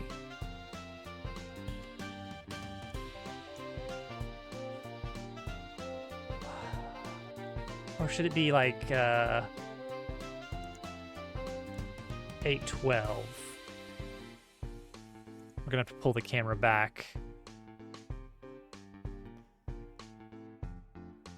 Oh, thank you. I mean, that is ripped pretty much straight from classic Paper Mario style games. But I feel good about it. Okay, what if it was like this? It's still visible. It's a bit overwhelming, but it's like, no, I can do it. I can do it.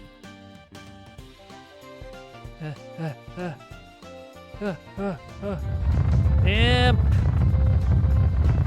Imp. I gotta solve this puzzle. Welcome in. How was the rando? Oh no, that's okay. I wanted to be accessible even if you're not familiar with the series. It was bad. I feel bad. Well, good. That's what we like to hear around here, right? Right?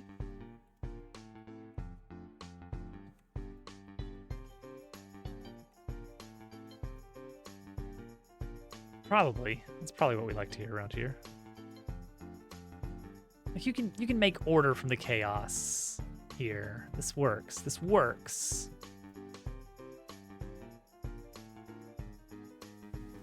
We're working on like a mini game, kind of like getting the ideas figured out. None of the three of us finished or turning goals. Wow. Goose egg. Big fat goose egg tonight.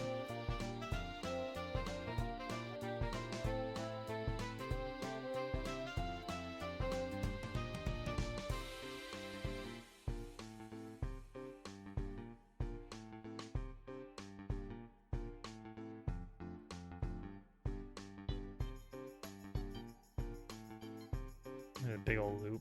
It's kind of fun just to play with the patterns. Okay, if I do a 2 to 3 ratio, then we could start with a 4-6, and then a 6-9, and then an 8-12, which 8-12 seems huge, but I think it's enough to make it like you're actively trying to like quickly come up with a solution. I think this works.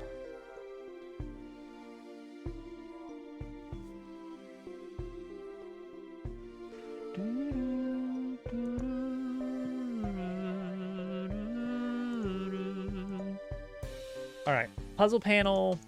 We need to store target rotation here. And every time you tween rotation, target rotation is going to increment by whatever. And that way, we don't have to worry about the timing stuff being bad. Like we could have, okay, yeah, that's perfect. That's really good. Yeah, I think we start with a 4-6. And then we ramp it up every time. And the fact that it's a 2 to 3 ratio means we can build a container around it. All right, sounds good, Imp. We can build a container around it for each one. So this is gonna be the easy baby version of the puzzle, where you're figuring it out. You're like, oh, I see, and then you have to figure out a way to connect it all. Wow. There may only be 2 of these puzzles in this dungeon, with like a super secret optional, very difficult one. But I think sticking to a 2 to 3 ratio is fine.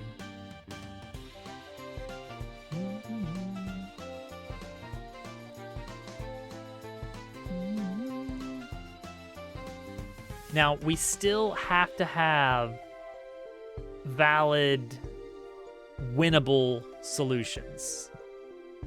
And that's a little bit tricky to verify, but still workable. All right, so every time you rotate, or every time we add one, which is our build puzzle functionality here, tile,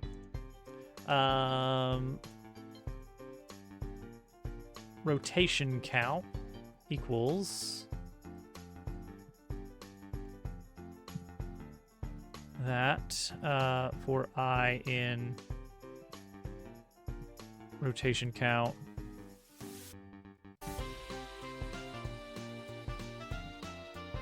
tile dot rotate tile. What is that? Rotate clockwise. Okay, this is probably gonna look a little bit nicer just with the randomization. Yeah, that is much better. I think I want slightly more curvy pieces. Oh no, I want some cross pieces, I think. Just because I know someone will be like, how can I work this in? Because nothing in this says you have to land the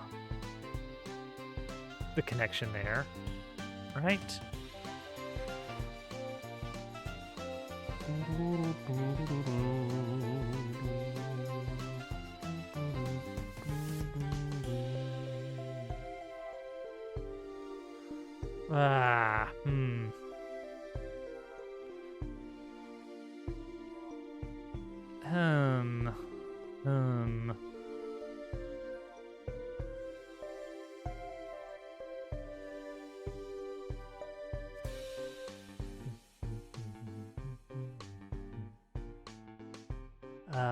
I gotta think about this.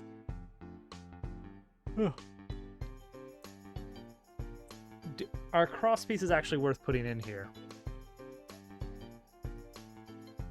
Not really. They visually they're kind of interesting. I guess double curve, however. Double curve. Double curve we can do.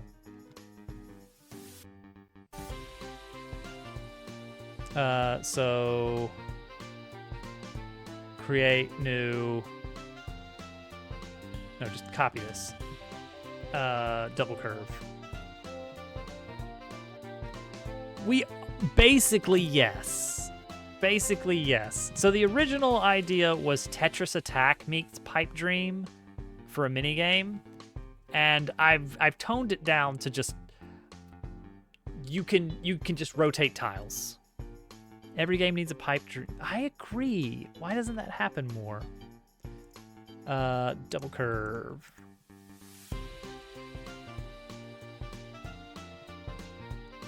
Oh my gosh, easiest double curve of my life. 0, 4, here we go. So 0 connects to 1, 2 connects to 3. Easy. We haven't messed with the connection stuff yet.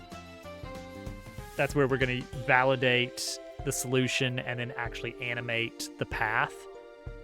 I have an idea on how we're gonna animate path, and we're gonna use, surprise, surprise, path. The path 3D element is gonna be just what we need. Okay, so pull in the double curve. This one can be more rare. Build puzzle, add this into the mix, make it significantly rarer. Path. There it is. Look, there's our new double path piece. Wow. 2 of them. So if my goal is to get from the left side to the right side, could I do that? Like right away? Ooh. Actually, can I? No. Not from this specific one to that one. That's actually impossible. So even with full rotation capabilities, you can just, now from this one, yes, doable. But our goal is not get from left to right, it's get from a specific node to a specific node. My pipe. So we do have to make sure we have solvable puzzles.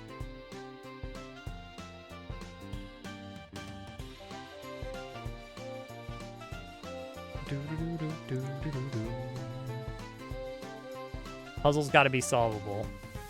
Oh,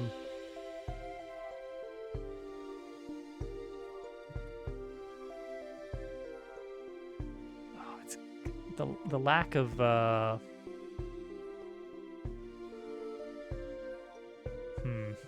the lack of beveling. It's making me want to break out Blender and actually make these tiles for real, but that is peculiar. That's an interesting decision.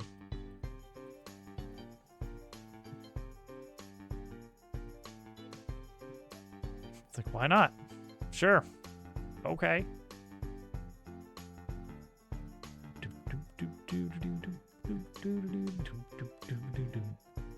Okay, so what we would want to do, I guess we have to have the cross, don't we?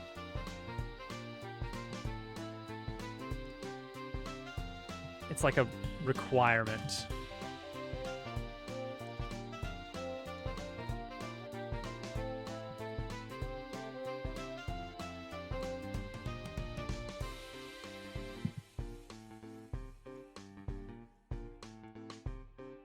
Done.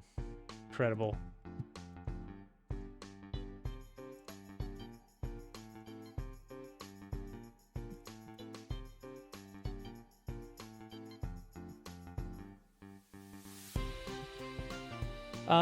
Seem to be exclusively using free open source software. Why use Windows instead of Linux? I've done Linux a handful of times throughout my life, and inevitably I always run into some issue that I start to weigh the pros and cons, and I'm like,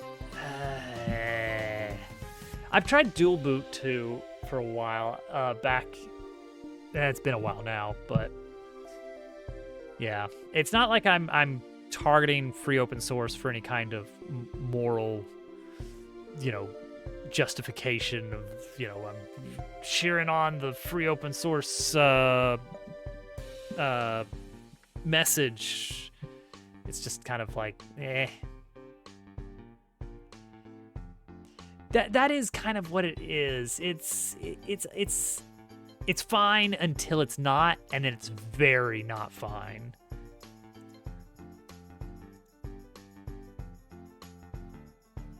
But I'm not exclusively using free open source software.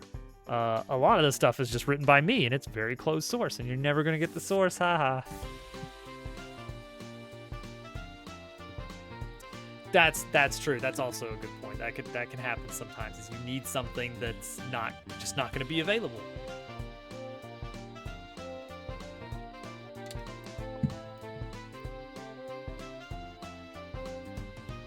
But yeah, it has been a while. Like, maybe it's better these days. I don't know. Don't know. All right, visualize. How does this game work? Start on one side.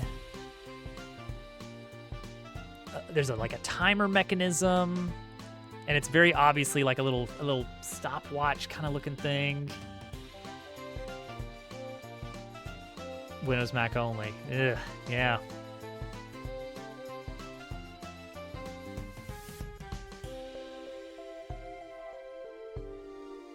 Beheld.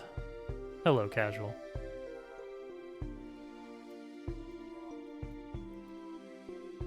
Oh, nice. That's fun.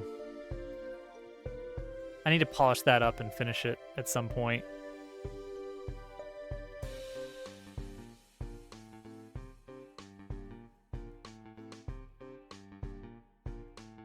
Yeah, it's just... computers were a mistake.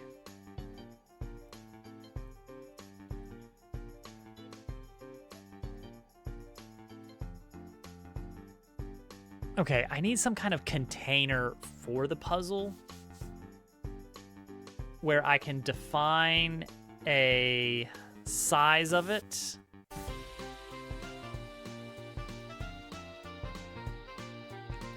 I need to define a is active flag on it. So there's going to be the puzzle code and then the containing code that handles like the multiple round situation, the success handler, all that kind of stuff. Good old mammoth meat. So we're gonna have an is active. For now, it's true. We're gonna take build puzzle out of the ready once we build the container. Processing. Visibility of the cursor is based on the active flag. And handle input. If we're not active, don't handle the input. Simple as.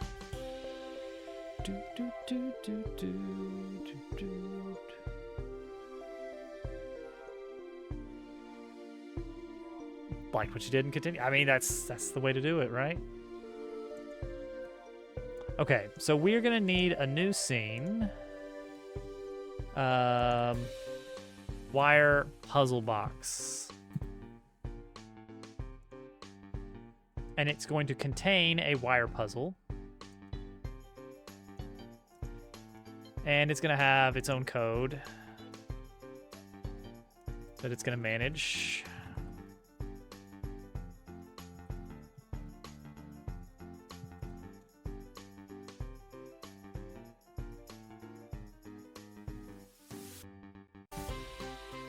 Audio software makers are absolute jerks. Oh no. Well, you know what? Simple solution. All audio software from now on, browser-based. Done. I've solved it.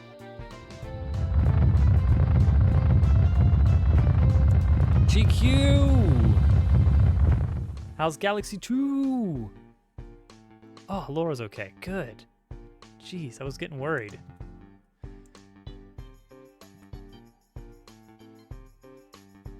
Exactly, yeah. GQ, we've been making Pipe Dream, but like a very different version where you don't place any tiles, and also there's no fluid. But you can rotate things, and that's kind of fun. So it's basically a better game now. Yeah. Oh, what do they call it? What's the file called? Hell Tree? The Mario Galaxy Hell Trees. But they don't look like trees. Ooh. Sky Trees, okay. Hell Valley Sky Trees. Oh. Dun-dun-dun. Mario Galaxy, too scary. Too scary game. There was like the really spooky something or other from a ghost house in some 3D Mario, but I think it's on DS or something. In all the sort of like, oh, top 10 scariest things in Mario. Number 10, Hell Valley Sky Tree. Number 15, Hell Valley Sky Trees. That's the one. Yeah, the really spooky ghost face. Hey, Mendoza. Welcome in.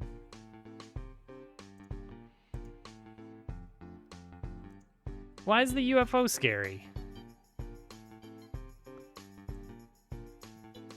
Number 2, all of Mario 3D World.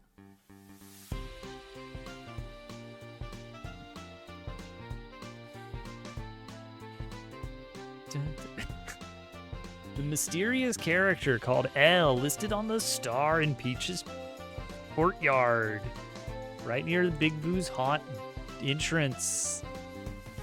They say that L is real, 2401. What could it mean?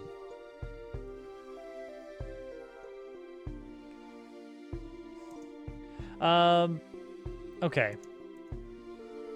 I don't know exactly how this is gonna work in the long run, but yeah, it's gonna be like, we're gonna scale down the puzzle. Oh, that means we have to reinstantiate it?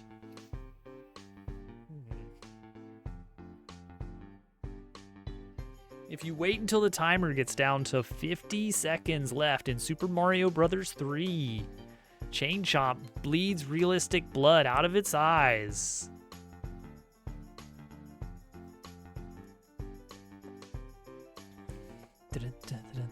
All right, we're having too much fun here.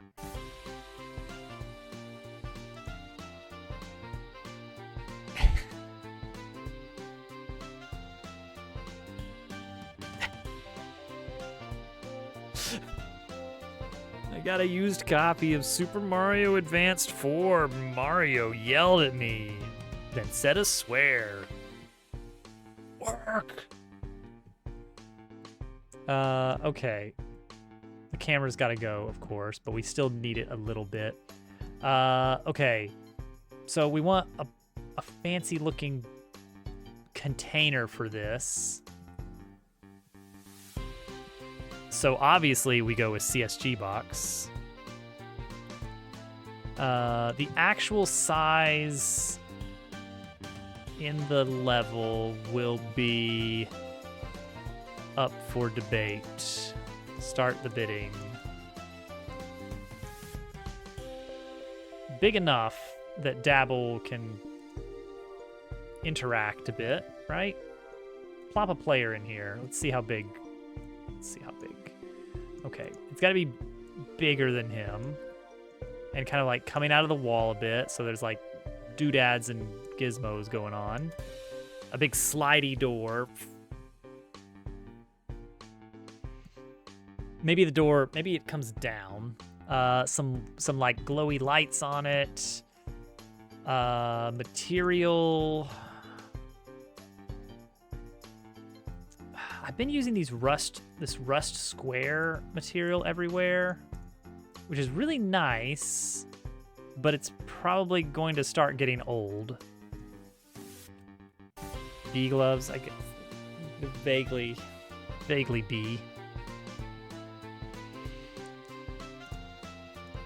So this is what the main environment looks like, which I think turned out pretty nice. This is going to be the main environment look for Dungeon 2, more or less. There's still going to be some more decoration, but I really love these like square panels going on here, especially with like part of them like plopped out of the wall and then like overgrown, a little bit over. We need to darken some of the vegetation a bit. We got song. We get signal. Let's take a listen. So this is for the aeroplane. So I guess what we need to do is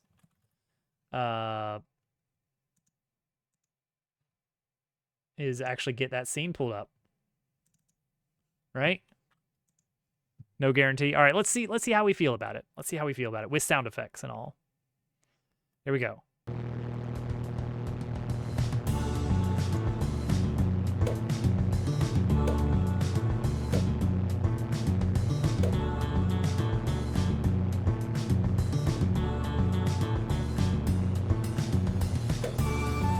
There we go.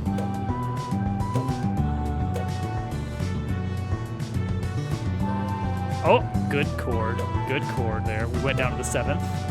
Yeah, I love a good 7th.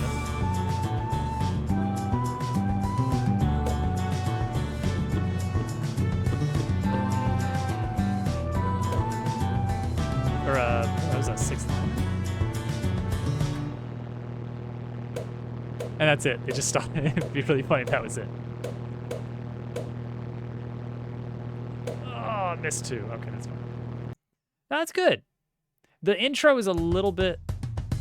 Something's not... Yeah. Got it. I feel like the intro goes on about twice as long as it should.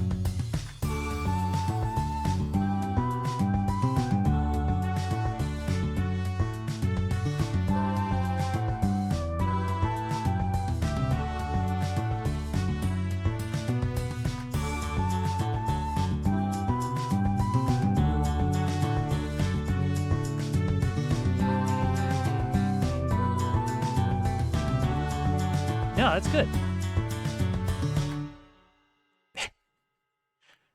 When in doubt, Night Court. Not to be confused with Night Court. No, I like that. That's a really good start. Yeah. Shorter intro. I may listen to it a bit more tomorrow and give you more in-depth feedback. But I really like the it's got a good chord progression for the mood and a funny motif on accident. Did you put a Sans Undertale in there? You better not.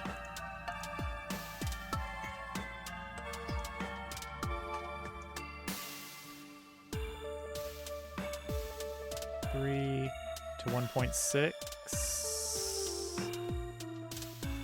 Is that what I want? No, that's double. I would want 1.6 to 2.4. So like that.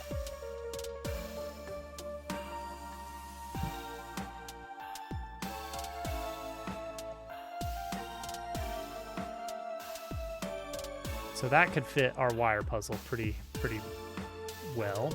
So you'd want the camera to kind of lock in pretty well. Oh no, you don't have to spoil it.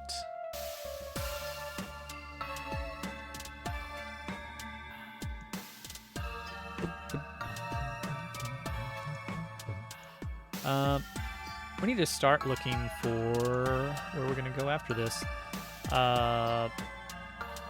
Find something.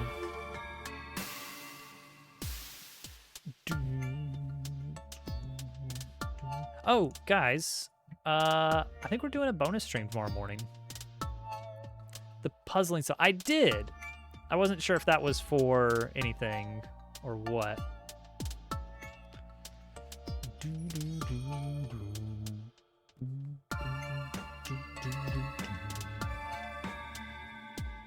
Let's see here. Let's see if we can get out of here in time to do... Not a lot of Godot tonight. Not a lot of Godot going on. Could be used. Okay. We'll see if we can find something. What are people working on here?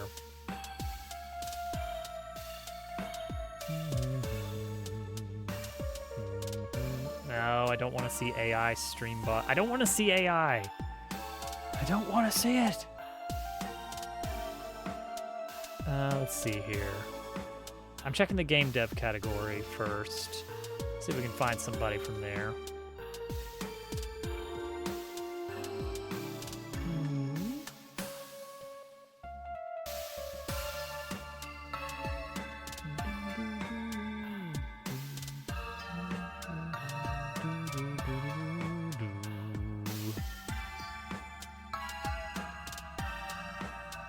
But yeah, anyway, I'm gonna have no work tomorrow morning, and so I think I'm gonna do a little bit of Steel Soul attempting, and we'll see what happens. Because that would be fun. It'd be fun, guys. Trust me. Adida! Gorama!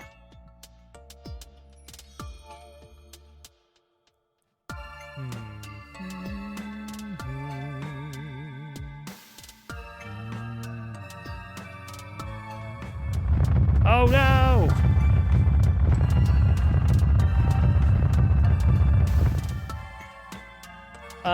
Welcome in, raiders. We're getting ready to raid out ourselves. Heads up. But thank you for the raid. Welcome in. How was your stream? Also doing software, game development. Working on anything interesting?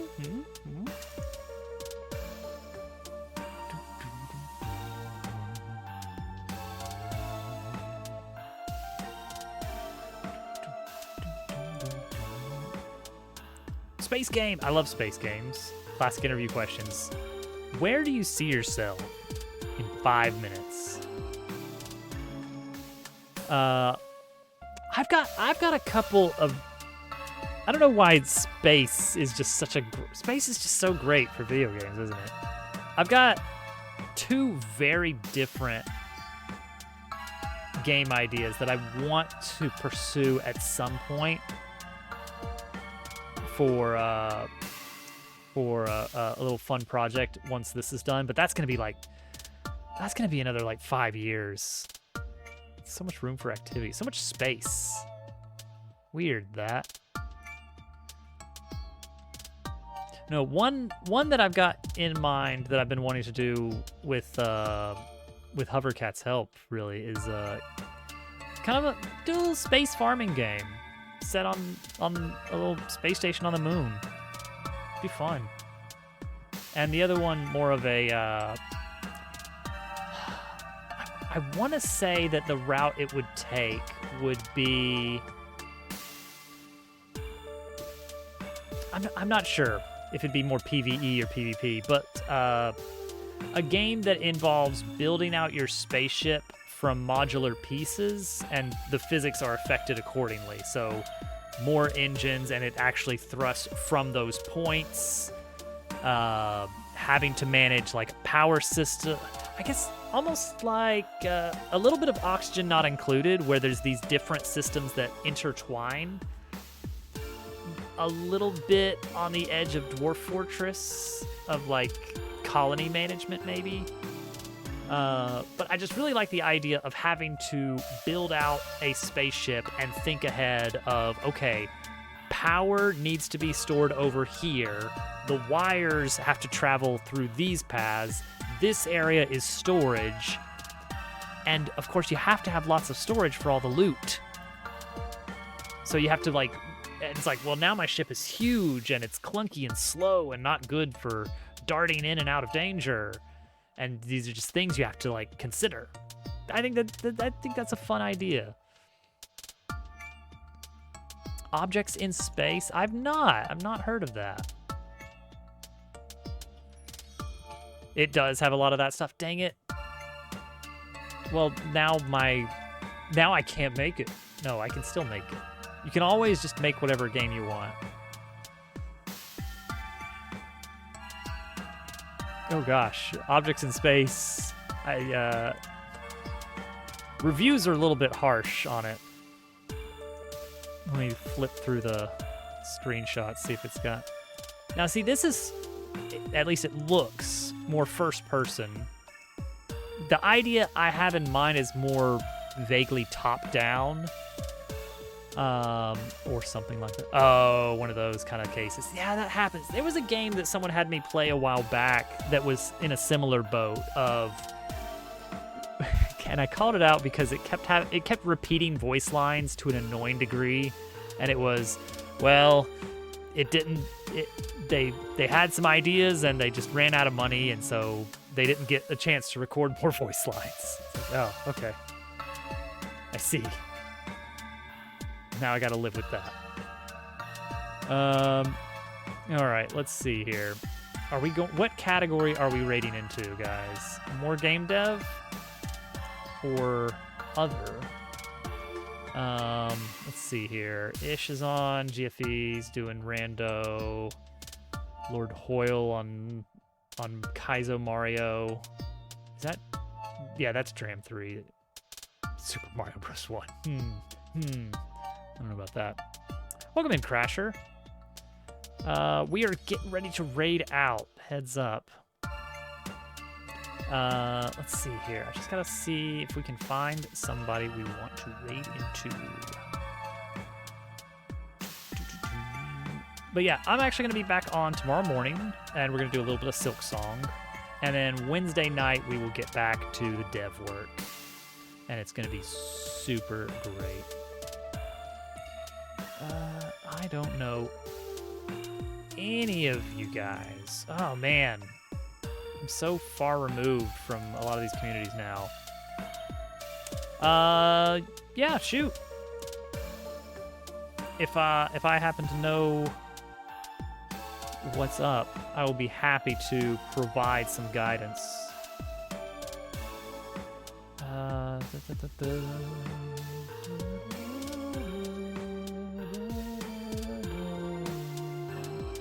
Oh, it's Dolphin.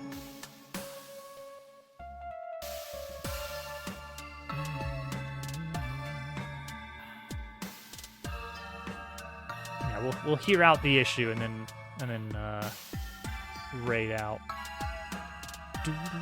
Hear out and then raid out.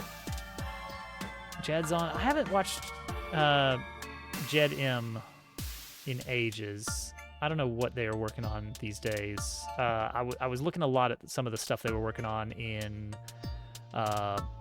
Unreal 5, but 2D top down. Player moves a little down whenever playing animation. I would imagine that would mean that if it's Godot, I would imagine that means that part of the animation affects their position, right? Like something like that. So something in that animation is likely messing with the position. Oh, it's Unity. Unity has the same thing. Unity has the same thing where if the animation adjusts the position, it will set the position.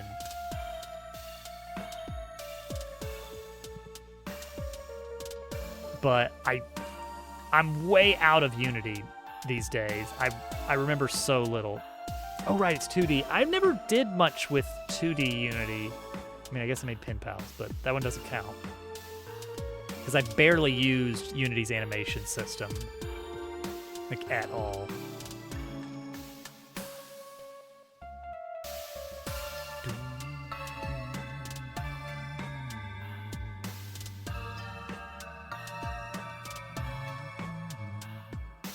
Sprite sheet.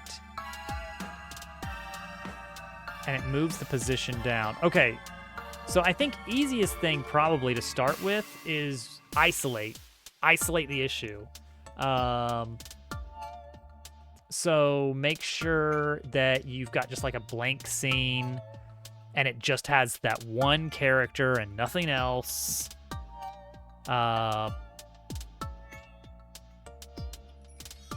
I don't know if there's any character controller that you've got in place that could actually be applying velocity to it.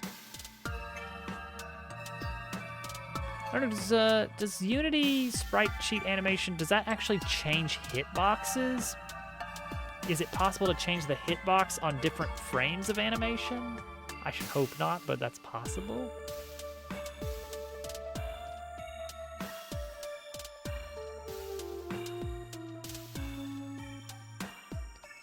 I mean, it shouldn't be anything with, of course, the image files themselves or anything.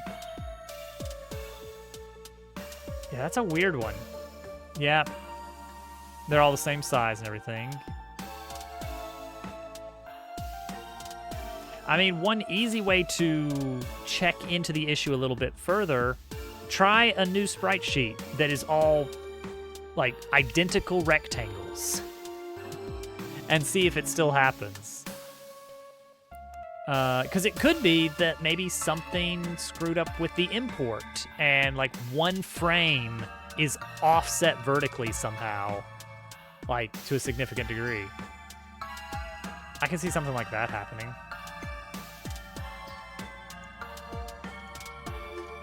Straight into GFE. We haven't talked GFE in a while. It's his affiliate anniversary. Bet he doesn't even know. All right, we're gonna raid out into some Pokemon. Yeah, see if that does the trick. I'm less familiar with how 2D stuff works in Godot, for one thing. So like sprite sheet animation. I've done some 2D in Unity, but not using sprite sheets. So, who knows? All right. Tomorrow, a little bit of Morning Silk Song, Steel Soul Run. And then Wednesday, back to this in the evening. We're going to get these puzzle blocks added in. It's going to be great. I really do like how this little texture is so adaptable with these kind of like rusty edges and big paint strokes. I think it just looks really nice. And then, it can be tiled to make this kind of stuff and like change the albedo a bit. Also, this is all done with the Path 3D, so you can do some fun stuff with Path 3D. Make these big wires. I think they're really fun. All right, have a good night, everybody. Hope to see you tomorrow.